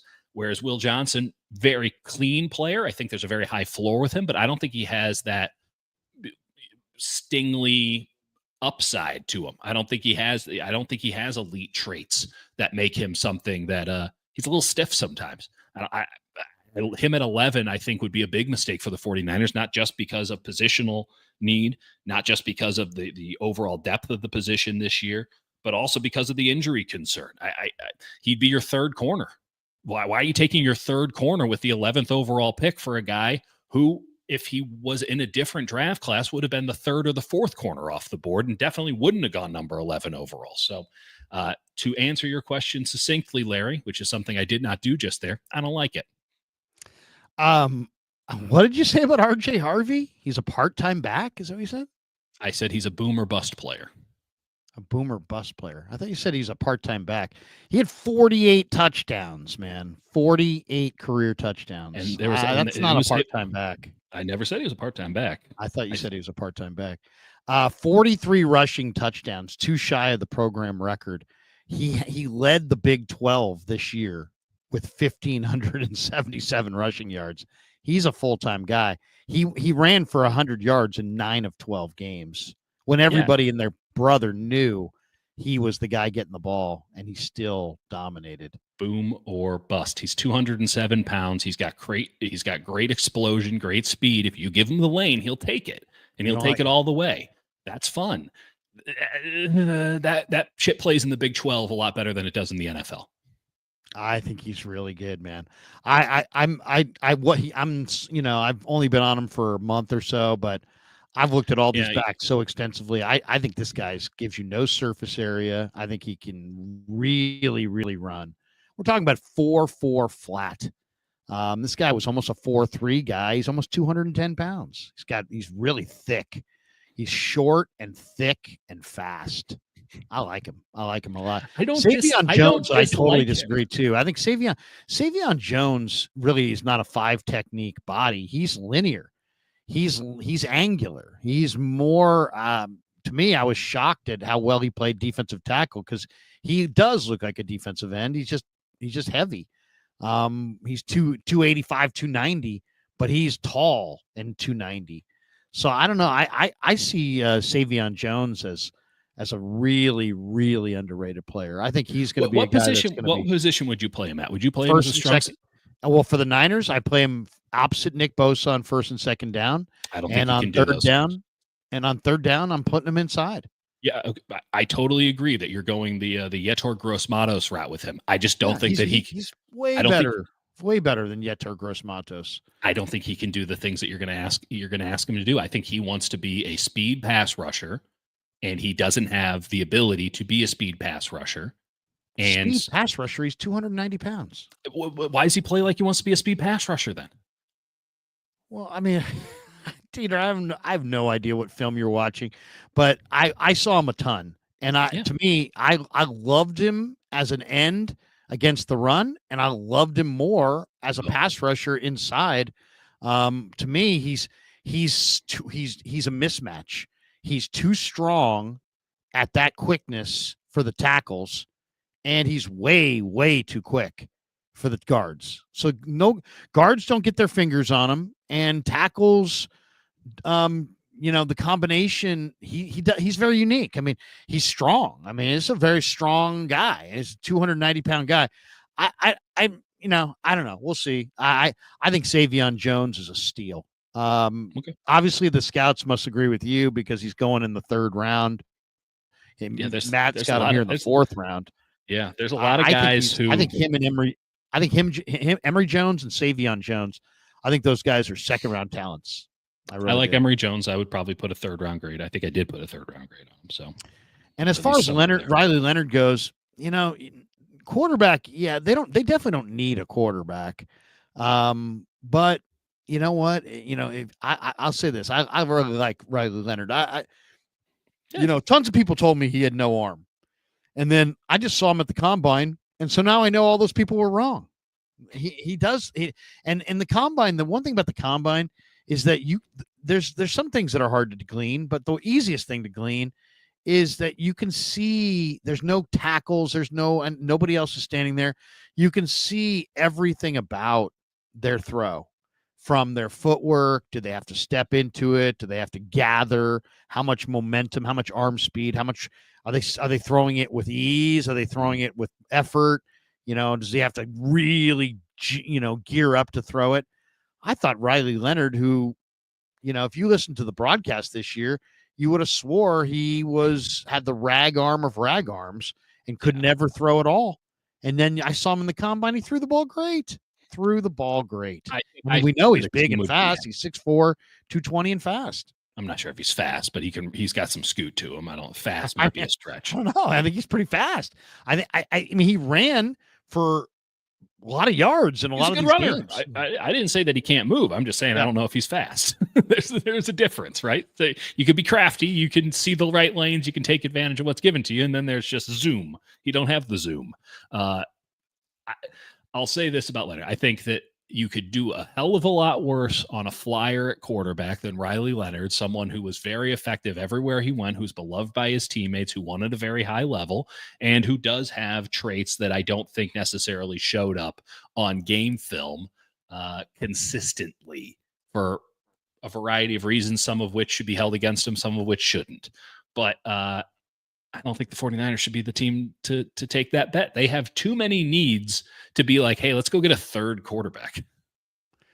Well, I agree with that. But if you can get a quarterback, you get one. I mean, to me, because a quarterback, if you hit on a good quarterback, you can move that quarterback.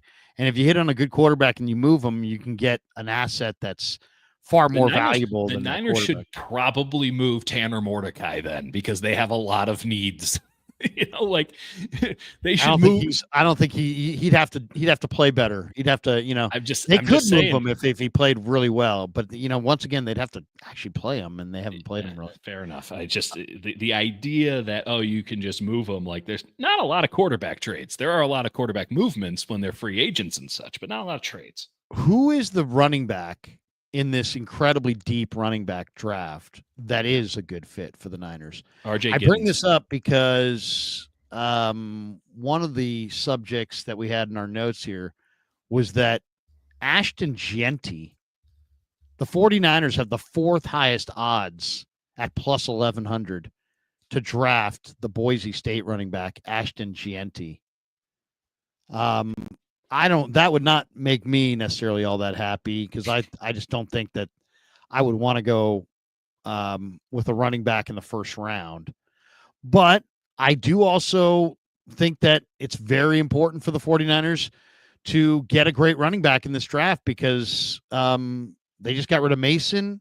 Garendo's not a great running back. McCaffrey's majorly injured until proven otherwise. And that to me, it's like if you don't have a running back, then your season's over. So I would say a running back, and there's some damn good ones. Who would you go for running back wise? Who do you like? My favorite running back in this class is Travion Henderson from Ohio State. I think that he should go in the second round. I don't think the 49ers should take him at 43. If they can get back into the second round at a reasonable rate, maybe take him at the bottom of the second. The guy that you want is DJ Giddens, the running back from Kansas State. He's really his tape against Colorado is enough to get him drafted on day 2. I don't know if he will, but it should be enough for him to get drafted on day 2. He is a almost flawless outside zone back, foot in the ground, accelerates through, makes guys miss in the open field, does have that lateral quickness that maybe a Raheem Mostert didn't, but has the getaway speed that you need to stretch those runs on stretch plays into big gash yardage. DJ Giddens, not a second thought in my mind. He's the guy. Whoever gets him. I mean, how about this for everybody? DJ Giddens, you're going to be drafting him in fantasy next year. I really like him. He's a really good player. Explosive jump cuts. Yeah. Very, very tough. The best running backs always are super tough. There's no such thing carries last year, no fumbles. That's in fact, nice. he's had 3 years. He had 205, 223, 89. Number of fumbles? 0. My guy last year was Kamani Vidal. 0 fumbles and like 1,200 carries in his college career. DJ Giddens did not get 1,200 carries. He got like 530, but he still had 0 fumbles. That matters a lot. Oh, yeah, he's also a really capable receiver who can actually run routes out of the backfield, and you can even split him out wide. I think DJ Giddens is a dude, 6'1", 212 pounds, plays heavier, right? Not technically, but when you watch him, he looks like he's 225, 230, because not only can he make guys miss, but he can also make them bounce off of them. 6'6" per carry last year for a Kansas State team that had some real problems passing the ball at times with Avery Johnson as their quarterback. I think DJ Giddens is a dude. I think he's a real dude. Justin Reed said Jaden Blue from Texas. Yeah. A lot of people like Blue. I get it. For the Niners, Jaden Blue ran 4.28 in the 40 at his pro day in Austin. So he's the fastest running back in this draft, Jaden Blue, and he is 200 pounds.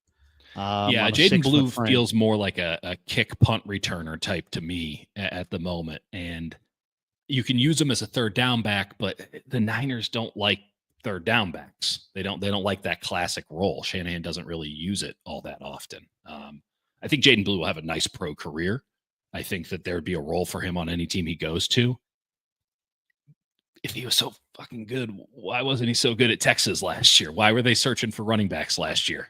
Well, I just think they had a bunch of guys. I mean, I liked Wisner quite a bit. This guy only made 5 starts in his career. Yeah. So played in 38 games, but only 5 career starts. I want a little bit of battle tested, right? If we're going to treat running back the way that it should be treated, which is that they're here for a good time, not for a long time, I want a little tread on the tire so that I know that they have it. I don't want to be going into a season being like, can this guy carry the rock for me 100 times in a year? I don't know. I'd like to have seen him do it at some level prior. And yes, that means that he probably doesn't have a lot of longevity. You're not going to get the full breadth of experience that you might want should this guy be awesome. But, at least you're not asking yourself that question, because that's where the boomer bust and, is he even going to make the team or not aspect comes into it. I don't like the mystery box, because there's so many good running backs to where you can get a DJ Giddens in the 3rd or the 4th round that I'm willing to just go back to the well as often as I need to. But I want to make sure that I have that floor established for anybody I'm bringing in. I don't want to be making big bets. You got to have you can't have this is the problem with Garendo. You can't have a room full of guys who have athletic traits, but they've never been the bell cow back. Totally. You can't have a whole room full of guys who never have been the man. If anything, you want to have multiple running backs that have been the man, multiple running backs that have been the bell cow back, multiple running backs that have taken 20 to 30 carries and 30 plus touches in back to back to back to back to back games at some point in their college career. They understand the wear and tear of that. They understand the responsibility. That's another thing why I always look at the fumbles, right? Okay, you're going to carry the ball a lot. What are you going to do with it? Are you going to have the basic security? Do you understand that for your team, you need to hold on to the ball, even if it means you might be sacrificing some yards in the process for your own stat sheet? Yeah, that's why I love looking at those numbers. I like guys who carry the ball a lot and who don't fumble. And if you're also going to give me the home run ability, I'm all the way in. But, Kamani Vidal last year, I'll keep mentioning him because I think he's really, really good. And I think that at some point his time's going to come. He didn't have that super home run ability. But you know what? He was giving you 5-6 a clip at the college level. And you could trust him. Right? Troy. And you could trust him. Now, it's a big difference between the Sun Belt and the Big 12. Maybe not as big of a difference as there used to be. But, this is you need to have trust. And this is something that Kyle Shanahan in particular has run into problems with time and time again. Does he trust his running back? Because if he trusts you, he's going to use you to a point of detriment. And the only running back that you can say that he trusts on his team is the one that he keeps paying, and Christian McCaffrey. That's the only guy he trusts. And maybe he trusted Elijah Mitchell at one point, but Elijah Mitchell couldn't repay that trust with being active on the field. Kyle needs somebody that he can trust to back up Christian McCaffrey, because to this point, they've been going for the home run, and maybe they got it with Mason for a stretch, but I would argue that they went down on 5 pitches, strikeout. It's funny. There's so many good backs in this draft, and there's a bunch of guys that I could see being really good Niners. But to me, the guy that I just think is just absolutely going to be a 49er is the SMU kid, Brashard Smith. He's 5'10", he's 195 pounds. He's got great speed. He can catch it out of the backfield. He's not big. I don't know about durability, but man, he's explosive. And it seems like Shanahan loves speed. I love Taj Brooks, who's like kind of a sawed off 5'9", 214 pounds. And there's a bunch of backs that I like, but the one guy I can't quit is Damian Martinez from Miami, who's just like a short James Conner and is no interest in making you miss. He's interested in putting you deep into the ground every play. He's fun. I don't know if he's going to make it because he'll be like a 7th round pick. He's fun as hell to watch, though. By the way, no fumbles, 159, 194, 161. Yeah, he's a big time guy. I had some notes on him from the other day. Damian Martinez is really underrated, very underrated. He's just a good running back. Now, do I feel great about the potential of what would happen if I gave him 200 carries a year? Probably not. You're probably missing something there. You know what I do like though? Him on short yardage. Here's an idea. How about you get somebody who you can trust is going to get through the linebacker in a goal line set? Just an idea, just a thought. I know you're paying a lot of money to your fullback for reasons that still have not quite been fully explained, but how about you have a running back, much like you did for maybe a week, a couple weeks last year, where you can just run through someone's face, even if it's not blocked up right. And Damian Martinez is full on interested in running through somebody's face. He's a good back. He's definitely a good back. Miami Hurricane, probably going to be a 4th round pick. You think 4th? I don't even know. 217 pounds, something like that. Tested poorly. So he might really But fall. You know what? If you looked at his numbers, I think he had the 2nd fewest tackles for loss against all year. So he's not a negative. Yeah, he was 2nd in making guys miss. He was 2nd in yards after contact behind Genty, who had some astronomical 9 yards after contact number. By the way, just while we're doing hot takes, I don't think Ashton Genty should be a 1st round pick. That's right. You're on the board of saying you don't think Genty's going in round 1. Oh, yeah. You don't think he is going in round 1, or you don't think he should go in round 1? We're rehashing this. I don't think he should go in round 1. I know that he will. He's going to go top 10. Yeah. Yeah. Those people are wrong. And I feel more vindicated by the fact that he didn't do any of the testing because I don't think any of that testing that he would do would come up looking good for him. You know, it does look good. His tape's pretty awesome, but Yeah, it doesn't have if anybody should play on, just live with the tape, it's him. I mean, the guy was amazing, but it's the level of competition. He did it at Boise. He didn't look quite as good against Penn State at the end of the year. It was one of his worst games. I think all these things matter. Tony Pauline, who's really tied in, says Olufemi Oladejo to the Niners, Jeffrey Bossa to the Niners. He also this week added a few other names. Ja Frazier, the Texas San Antonio corner, who ran 4.36 and has huge size. Ben Scott, a center from Nebraska, who I've never seen. And then Harold Fannin, a tight end from Bowling Green, who had incredible numbers for Bowling Green. Statistically, yeah. He's just, he didn't have great workout numbers, but he has great production. What do you think? Any of those? Ben Scott, Ja Frazier, Olufemi Oladejo, Jeffrey Bossa, Harold Fannin. Which of those guys do you think is most likely to be a Niner? Could you see Fannin and Kittle playing together? No, I don't. I think that would be a mistake. I don't see it with Fannin.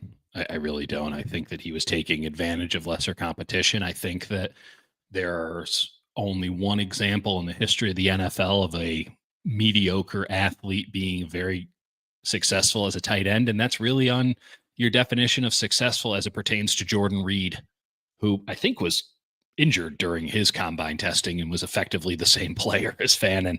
Those combine scores scare the hell out of me. And when you watch the tape, it's like, that's great that you're absolutely destroying the University of Buffalo, but what happens when you play the Bills? And I don't think it's going to go well there. I think he's a move tight end who doesn't move all that well. I wouldn't draft him. I wouldn't have him on my board. Couple quick ones before we jet, and that is Matt Barrows has an article out where he has like 6 different scenarios of the top 4. The first one is Mason Graham, Anthony Belton, Chris Paul, Jordan Birch. Number 2 is Mikael Williams, Darius Alexander, Alfred Collins, Chase Lunt. Mm-hmm.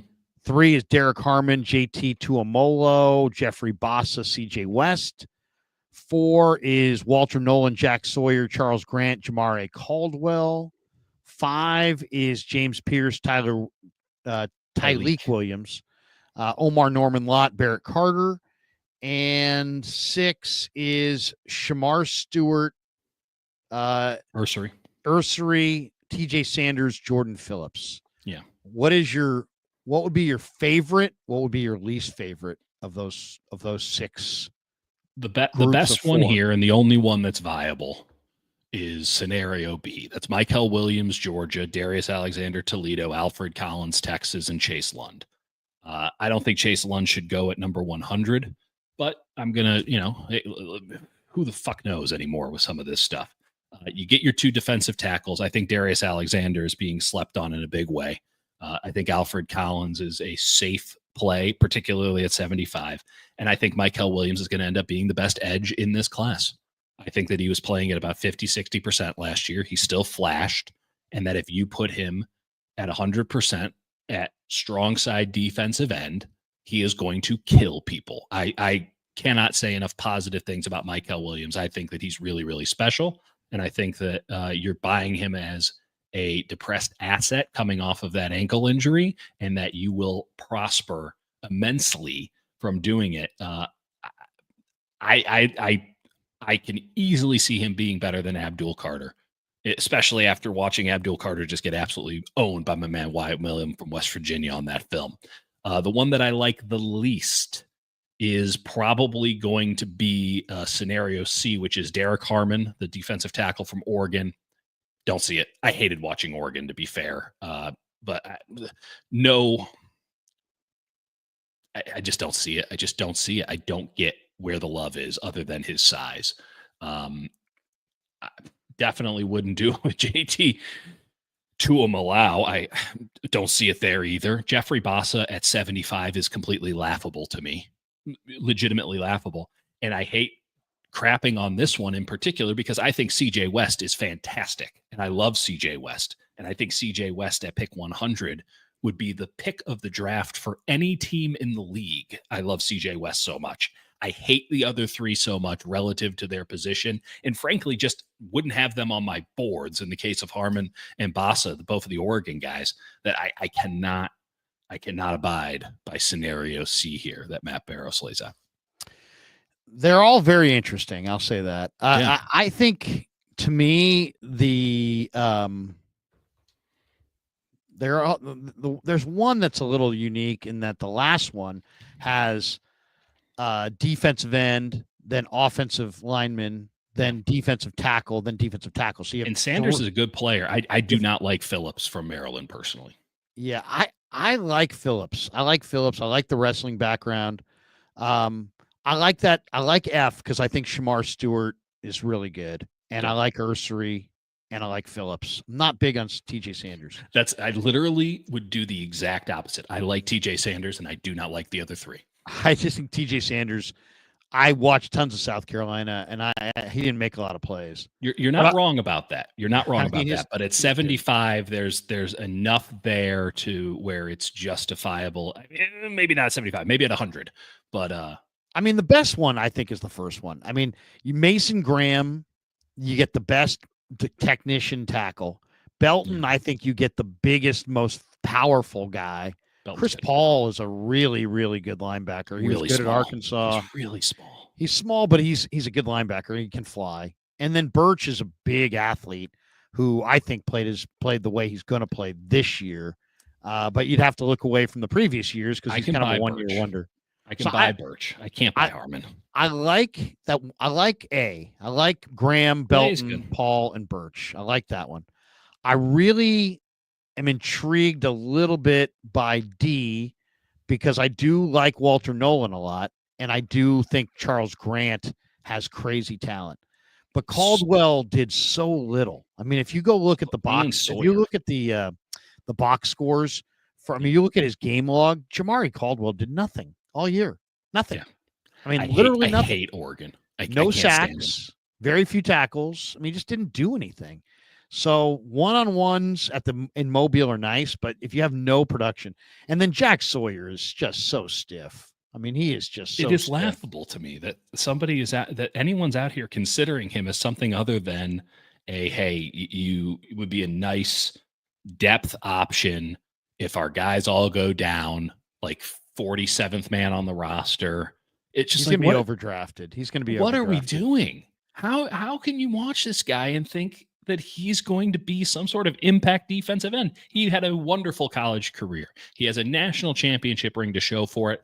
I don't want to take away from anything that he did, but there's a big fucking difference between the college game and the NFL game. And this guy's got no bend, no wiggle, no burst. He's got none of the things that you need to be successful as a pass rusher in the NFL. He's really, really stiff. I mean, really stiff. 43rd overall. You're talking about Walter Nolan.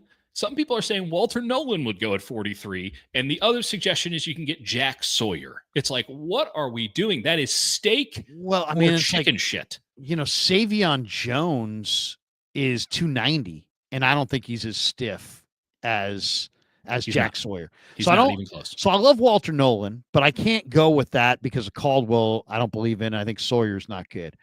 I like Omar Norman Lott, but James Pierce I've heard is not a good dude, and Tyleik Williams I think just got hurt yesterday in the pro day. You cannot touch James Pierce in the first round. He doesn't have first round tape, much less all the personal stuff on the side. What are people seeing on the film that makes anyone think that James Pierce can play in the NFL?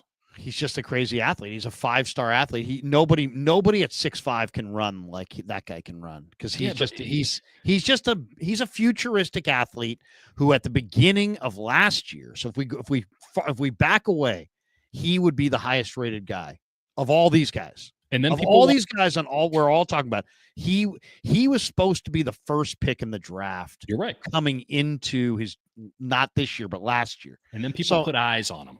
And they're like, what is this? He's just not accountable. I don't like James Pierce as a player. I think I've got concerns there. I really we're the opposite of Michael. I do not believe in Michael Williams. I do like Darius Alexander, but I don't like Alfred Collins and I don't like Chase Lunt. So to me, I would go A or F And That's the typically other how I one's grade these pods. A or F. Probably A. It's just A. I got to go A. Even though I'm not a big fan of Jordan Birch, once again, but he is 285, 290. He does play defensive end. He did come off of a very good year. He had a really good year this year. So yeah, he was good. He was good. very interesting list there from Matty. All right, last thing. There's a list here of the 10 most overrated receivers in NFL history. Okay. How many can Dieter name? Fire away. Who are the most overrated receivers in NFL history? I'll give you one. One is a Bay Area guy who went to high school locally. Devontae Adams? No. One of them's Lynn Swan, who went to Sarah. That's fair.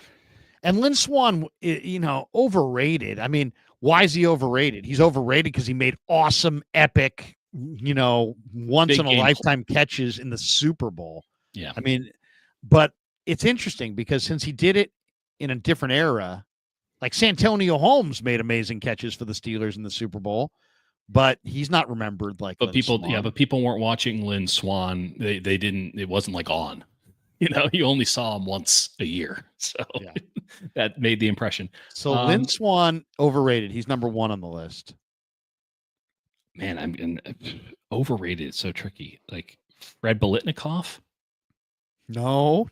It feels Fred wrong. Biletnikoff. No, I'm just trying to gauge it. Are they shitting on guys who played in the old era? Or are they? One guy's on ESPN on television right now. Oh, that does not narrow it down. He's put on weight. Get me the damn ball. Jeez, Larry. How about Get me the damn ball? That was his book. Is someone suggesting that Randy Moss is overrated? No, I don't think that. Keyshawn Johnson's overrated. Keyshawn. He's not on ESPN anymore. He got relegated to Fox Sports 1, Larry. Oh, okay. So yeah, he's on the facility with Joy Taylor. Okay. Wow. Or whatever the hell they call it. Keyshawn Swan, another Niner during the Harbaugh era. Michael Crabtree. There you go. Another a Seahawk during the Harbaugh era. Doug Baldwin. No. Oh. Think migraines. Larry, you're just gonna have to tell me. Percy Harvin. Ooh, you see, that's tough. That's a tough one because who's overrating Percy Harvin? Are people extrapolating the greatness of Percy Harvin's like 1 year and then saying, oh, well, he couldn't do it? Like Percy Harvin, like I think people accurately rate Percy Harvin as unbelievable for the year and a half he did it, and then that's it. Like it was this limited supernova thing. I'll give you the rest. Here's the rest of them. Thank you. OBJ. Good. That's a good one. Very overrated. He has one great catch. Pierre Garçon. Who the fuck is rating Pierre Garçon? I know. Hines Ward, who was a really good blocker. Yeah, Hines Ward was a quality guy. Now, overrated he might get more love than he deserves because of his status on great teams. And Pittsburgh typically having overrated players. Here's one I have to disagree with. And I've had this guy on the show. This guy wasn't overrated. He was on a great team, but he wasn't overrated. Julian Edelman. The guy was great in the Super Bowl. The guy never made a Pro Bowl. He never had a 1,200-yard season. He was never the true number one. But this guy showed up in the playoffs, and he had an amazing Super Bowl. How many catches did Julian Edelman have? 620 catches in his career. I mean, I guess you could say he was overrated. If you want to talk about ESPN. This is the issue. The issue that I have with this is like, what does overrated mean? And it's based on a premise, and if the premise is wrong, the conclusion's wrong. So like, is Julian Edelman get more love than he should relative to others? And it's like, well, he was on a winning team. He was a winning player for a winning team. Is that his fault that your team sucked, but you got 50 more catches a year? Like, no. Like, sorry, David Boston, you're gonna have to eat it. Amari Cooper. Amari Cooper is probably correctly rated now, but was pretty overrated for a long time. I think CeeDee Lamb's overrated, but that's a different conversation. Brandon Marshall was overpaid, but perhaps not overrated. That's the list. I don't know. It's an interesting list. It's an interesting. That's good sports talk radio fodder, because if you give a very vague term that everyone thinks they know what it means, you can go in a million different directions. I'll give you one. I think Ocho Cinco is overrated. He had 2 great years. He had 2 legitimately great years. Who's overrated? I think Tyreek Hill is overrated. DK Metcalf is overrated. Yes, but I think that's so obvious that we don't even. Who's the guy you said? I think Tyreek Hill is overrated.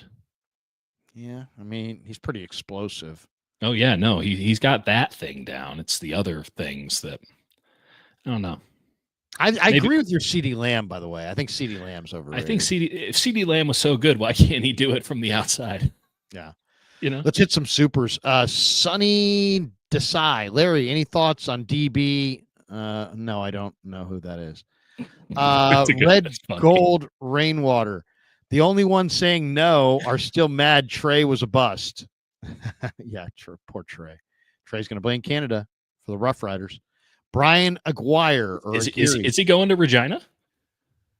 Well, there's 2 Rough Riders. I don't know if he's going Saskatchewan Rough Riders or Ottawa Rough Riders. Oh no, they're the Red Blacks now. Riders. The Red Blacks now. Ottawa. Yeah. So I think they lost the team. Maybe he is going to Regina. He's going to Regina. Party in Regina. The Palace of the Plains. It's not Regina. Brian Aguirre. At also is a clown. Hey man, that was worth the $5. Thanks for watching, Brian. Silent. Give him higher guarantees with lower per year. Pieces around Purdy were overrated during those runs. Most good, not great. No more quarterback hell. Lock it in. All right. Okay. Man speaks direct. Jamie Alizaga. Record prediction for the Giants this year. Ooh, I'm gonna say I like the Giants to get the final wild card. I'm gonna say 88 wins. 87 wins. 87 wins. I was willing to go up to 85. 86. I'm going to go 86, actually. 86 wins. I got in the car this morning, Larry. What would that be? 86 and 73 or something? Something to that effect. I got in the car this morning. I flip on a place that has both cut us checks recently. Mm-hmm. And all I hear is Bryce Eldridge, Buster Posey. Bryce Eldridge, Buster Posey. And at that point, I'm like, I'm taking 10 wins off. If we're going to still be talking about Bryce Eldridge and fucking Buster Posey on opening day, you don't have a good enough team to talk about on the morning show where it's all Giants all the time. You don't have a good enough team to talk about on the most optimistic day of the year that even I'm out here saying I'm feeling it. I'm feeling good about it. No, I'm out. I'm out. 75. Hey, man, I don't think it's crazy. I don't think it's crazy either. I think I could see it. You know what, though? They are different this year, though. I was there. I did put my eyes on it. They are different. It's a different vibe. I don't know if it's sustainable, but they've got better pitching depth than you would think. Yeah. Oh yeah. And as much as there's weird things going on. Like I don't know if I believe in Tyler Fitzgerald. Like I don't know about Tyler Fitzgerald. Why not? And I'll say this. They struck out 17 times today, and they only walked twice. To be fair, and they're going to strike out a ton, and that's going to be a major problem. So I think tough division. Yeah, it's a tough division, but I think they're motivated. I think they'll make a move or two mid-season. I think they're going to need to, but I think they will, and I think it'll be enough. I have Cubs, Dodgers, Phillies winning divisions, and I have Braves, Diamondbacks, and I have the Giants edging out the Reds for the final wild card. So we'll see. Jackson says hypothetical Stafford for half the money or Purdy. Oh, hypothetical Stafford for half the money or Purdy. Well, it's not. It's okay. I mean, Stafford for half the money, but it's not a. At this age, I'd rather take the younger guy, but Stafford's the better talent. Stafford's one of the all-time great arms. Tony B, imagine if the Niners drafted CMC, Gianti at 11. Why would you need to draft a guy that you can just trade for later? Boxing fan times 4. Should we draft Jackson Hawes? Should be draft. Should be. Draft Jackson Hawes over signing Farrell. I like Jackson Hawes. I like him a lot, actually. He's kind of we're talking about the Georgia Tech tight end that started at Yale, transferred, and he's kind of thick. He's like 6'4", 260. He's got pretty good hands. I really like Jackson Hawes. Farrell's considered to be a blocker, so Hawes would not be the same. Hawes is more of an all-around tight end. I've seen Farrell do it in the NFL. Legitimately outside of Warren, I don't know if anybody in this draft class at tight end can do it in the NFL. It is a bad class to the point where Jackson Hawes, who is unquestionably competent, comes across like a shining knight in your moment of need. You don't like the tight end class of this? I do not like it at all. I hate it. Really? I like Oronde Gadsden. He's a move tight end who you can't ask to block. I like the Bartholomew kid from Pitt in the 7th round because I think he can do a little bit of everything. This is a bad tight end class. I totally like this draft. I like this tight end draft a lot. I like Tyler Warren, Colston Loveland, Mason Taylor. Love all those guys. Nope. I think Arroyo is a tremendous receiver. Fannin, I think, is going to be a good NFL player. Nope. Ferguson was good in college and tested well. Briningstool is a good athlete. Mitchell Evans has got fantastic hand-eye coordination. Now, he tore up the ACL, but that was junior year, and he looked good as a senior. Lachey's a good blocker from Iowa. Gadsden, I agree, is a futuristic, almost like a jumbo wide receiver. Only. Yeah. I mean, he might not even really be a tight end, and I think I would rather. He wasn't until 2 years ago. They see him here, list him here at 6'4", 250. I would think he's probably going to lose weight and be more of almost like a receiver flexed out. I think Urasek is a really good underrated tight end. I think Prescorn's a good tight end. I love Jalen Conyers. I think Conyers is the steal at tight end. He's 6'2", my 6'3", man Hutch 260. loves Conyers. Oh, Conyers is great. I mean, he was at ASU. He was good there. After this, now, Dupre, just great workout numbers. I don't see a great player. Hawes, I really do like quite a bit. Carter Runyon from Towson, I really like quite a bit. Rivaldo Fairweather from Auburn's got awesome long arms, and I think he's really, really good. And Malik Carr from Houston was at Michigan State. He transferred. He's a big-bodied guy who can block. He's not a speedster, but he's big, and he's a good target. So I don't know. I think this is a really deep tight end draft, actually. I like this tight end draft. I don't know if there's going to be a superstar in it, but I would say you're going to have 6 or 7 or 8 starting tight ends. I would say if you said to me, make a wager on which tight end the Niners would go for, I bet you anything it'll be Urasek. I think Urasek was really good at Stanford, and then he's going to be underdrafted because he didn't really play consistently at Georgia. They had Oscar Delp, they had other guys, and he's good. I mean, he's a good player. I mean, he's not much of a blocker, I don't think. He's more of a receiver, but there's a lot of that. There's a lot of, he's a great receiver, but he can't play. There's a reason it takes these tight ends 2-3 years. We've all got fooled by the class of 22, and then last year you get Bowers coming in and just ripping it off. Most of the time it takes 2 to 3 years for these young tight ends to even find their grips at the NFL level. And I just look at all these guys and I'm just like, I have a very difficult time extrapolating them out. I thought last year was a weak class. I thought the year before that was an outstanding class. I really don't like this tight end class. Love the wide receivers, love the running backs. I like the quarterback class a lot more than most. I think that there's a lot of depth at defensive tackle, defensive end. I think there's a lot of depth at corner. I think there's a lot of depth at offensive tackle, maybe not particularly on the inside. It feels like a lot of guys are getting bumped up. Tight end, if you ask me right now, what's the worst position group in this class? It's tight ends and safeties, which really hurts my soul because those are my two favorite to evaluate. There is a safety named Robert McDaniel from one of the HBCU schools that led the nation in personal foul penalties. Yeah. And he loves to hit. He's out for blood. One last one. I just saw this online. I got to ask you. Desmond Watson. Are you familiar? No, who the fuck's Desmond Watson? He is Florida's 464-pound defensive tackle. Number 24? Yes, he's absolutely the hugest man of all time. Yeah, no, he's 6'6", 464 pounds. I mean, I've carried 400 at 6'8". You can't play football that way. Okay, but listen to some of these numbers. I know he's freakish. He did 225 36 times. Why not? It's half a push-up. But that topped any bench press performance at this year's NFL Combine. I bet he's the biggest dude. But I mean, it's not like he's got no upper body strength. That's freaking amazing. It's great.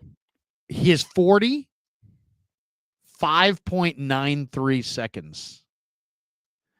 5.9, so just shy of 6. 5.93. Yeah, that's not ideal. That's what I would run. He looked winded during the position drills. I bet he did. His vertical was 25 inches. That's actually kind of impressive at that weight. I know. 6'6", 464. His teammates. Now he took off. I'm sorry. 4'6", 4'6'4". What's that? No. Yeah, 4'6'4", 464 pounds. He weighs 464 pounds. Yeah, 6'6", 464. So the fattest I've ever been, and I've been fat, still am, is the fattest I ever got was 6'9", 427. Jesus, really? Oh yeah, 427. What year was this? I didn't know you. No, I was 21. That's huge. I carried 390 last November.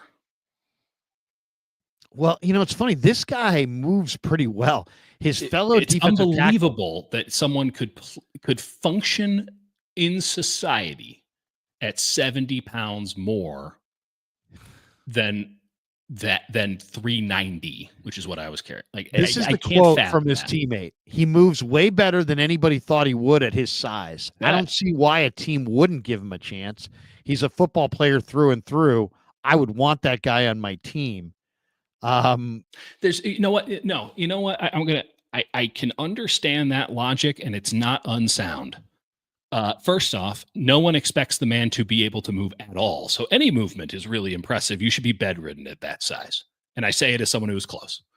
The step beyond that is, why wouldn't I give him a shot? Because there's no functional advantage to anything above 380. And he's almost 100 pounds more than that. So while I have nothing but sympathy for food addiction and all of that, like, why wouldn't I give him a shot? He's not giving himself a shot at that weight. There's no viable reason to be carrying 460 pounds, right? It's just, what possible function could it provide him that's helping him be a football player? So why wouldn't I give him a shot? Because he weighs 460 pounds. And if he can come in at 400, we can have a conversation, because that's still too big. And if we're really going with, I mean, one of the best signings of the offseason was Mekhi Becton. If we're really going with this push, wouldn't this guy be the guy? Well, I don't know if it's where would you even stop pushing? There's no ass to be found. It's all push. I'm just saying, wouldn't this guy? I mean, I know, mass plus speed and all that. I remember all that. This guy's mass. This is what Billy Napier said, the Gators coach. He said, Dez, obviously he's a unicorn. You'll go the rest of your career and you'll never be around a guy that's that stature. And then you get to know Dez. He's extremely intelligent. He's got a great sense of humor. Sure. He was a great teammate. Obviously showed up in good shape today, so he'll get his shot, and I'm hoping he'll make the most of it. He showed up at good shape at 464 pounds. Well, the worst thing is he was listed at 449 last year. He was 435 as a junior, 415 as a sophomore. So he's going the wrong direction. Yeah.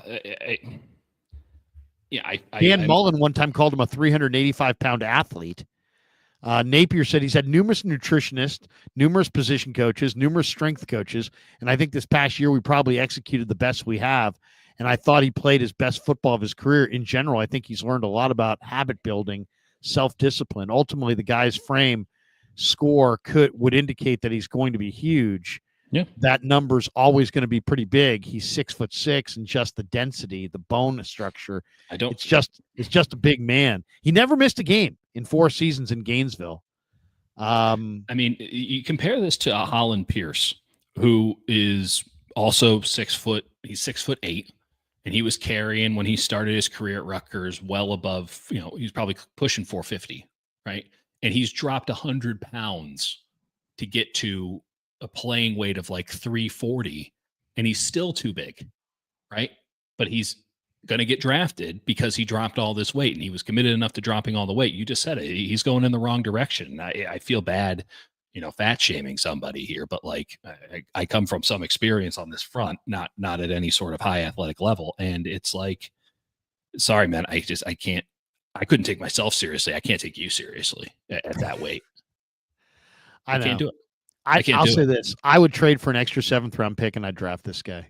I would, because he's such a unicorn. It's not, but this is the other thing. You're saying all of that, except you're now the one who's responsible for getting him into fighting shape. You're going to be spending so much time, effort, and energy on a 7th round pick on the off hope that you can make it work. Like, it's not worth the trouble. It's not worth the trouble.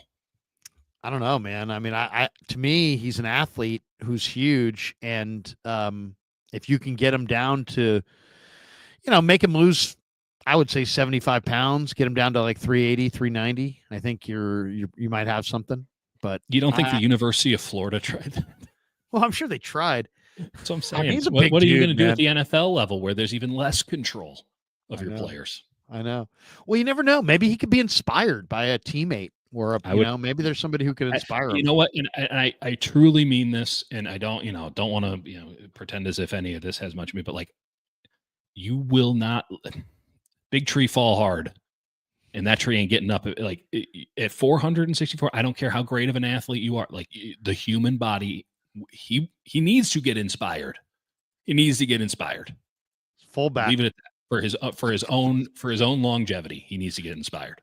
Yeah, for sure. For his health, for his long-term health. But 100%. I think there's an athlete there. I'd be intrigued. I'd give him a shot. I'm not willing to put in all the work to find it because he doesn't seem to be willing to put in all the work to find it. I hear you. Desmond Watson had a better pro day than Restrepo, who ran in the 4.8. Dude, here's the problem. Restrepo was sick. Restrepo was he sick sick at Miami? Or was he tanking? I thought he was tanking. He had to be tanking. Come on, his he's pro a day? receiver. He ran. No. I'm talking about his actual film. Like you watch Restrepo and you're like, oh man, he's kind of a 6 slot receiver. Like I'm not sure. Ball skills. Yeah, he was the go-to man for the number 1 pick in the draft. He was the go-to guy. And then you watch, just 5-0. I mean, he better have been tanking. Oh God, he's tanking, and I don't know if I like what's the upside. Oh, he was a 5th round pick before. Now he'll go 7th. Well, I mean, maybe somebody, it's just like anything else. If somebody promises you, hey, we'll take you in the 4th round, how about this? Don't run a great 40 time. You don't have to. Maybe he wants to play. Here's all I can think is maybe the Dolphins. Because think about it. The Dolphins already have a ton of speed. What do they need? They need like a really great shifty possession guy. What's he? He's a really great shifty possession guy. Yeah. And he's from Miami. So it makes sense. They probably got to him and said, hey, look, we're going to take you in the 5th round. If you run a good 40 time, you're going to the 4th round. You're not coming here. If you want to live in South Beach for the rest of your life and, live here in Miami, then you'll tank. And he tanked. That's a big bet. That's a big bet. Because then the Dolphins are in the 5th round and they're like, you know what? Let's trade. He's good, though. This guy's good. Carlos is, what's Dieter's mock? He seems to hate most players. Yeah, I have opinions on most players. You know what? I love a lot of players. You can find them at all the places that I do mock drafts at. We'll do one tomorrow on the Dieter and Hutch pod. What time? That's a good question, Larry. Well, hey, is the draft guide still coming? If Dieter and Hutch are working 14th. On a draft guide, April 14th. Dieter's going to have his own draft guide. We will help promote it for him. You don't have to do that. It's probably in your best interest not to. No, we want to. Plus, I want a copy of it. Is it hardbound or is it virtual? Nothing about it's hard, buddy. It'll be virtual. Virtual. Okay. We can go to Kinko's. We can figure that out. All right, that's going to do it for us tonight. Thanks to Dieter. Thanks to all of you. Thanks to Desmond Watson for indulging us in that last portion. I'm sorry, Desmond. Show. I believe in you. Thanks to Clawdaddy Arcades. Thanks to LearnKey, Upskill Academy. Thanks to Pig and a Pickle. All the links are in the description below. Have a great night. I'm back with you tomorrow morning at 9 a.m. for a little Damon Bruce conversation. 10:45, Chase Sr. is going to stop by. Tomorrow night on Niners Nightly, I'm on from 6 until 7:30. Are you on at 7:30 tomorrow night? Nope. No. There's no Giants, though, tomorrow. There's no Giants. So I'm on from 6 to 7:30, and we will have a draft. I think there's a Warriors game on tomorrow. Oh, okay. So we will be on tomorrow on KMBR from 6 to 7, and James Foster from the 33rd team, NFL draft analyst. Kev says he's really good. Yeah, he's going to stop by tomorrow at 6:30. So I'm looking forward to that. So that's going to do it for us. For Dieter, I'm Larry. Have a great night, everybody. Thanks for supporting the Krueg Show. Everybody, Dieter, tell people about your channel, where they can go, hit like and subscribe. Tell them where it is.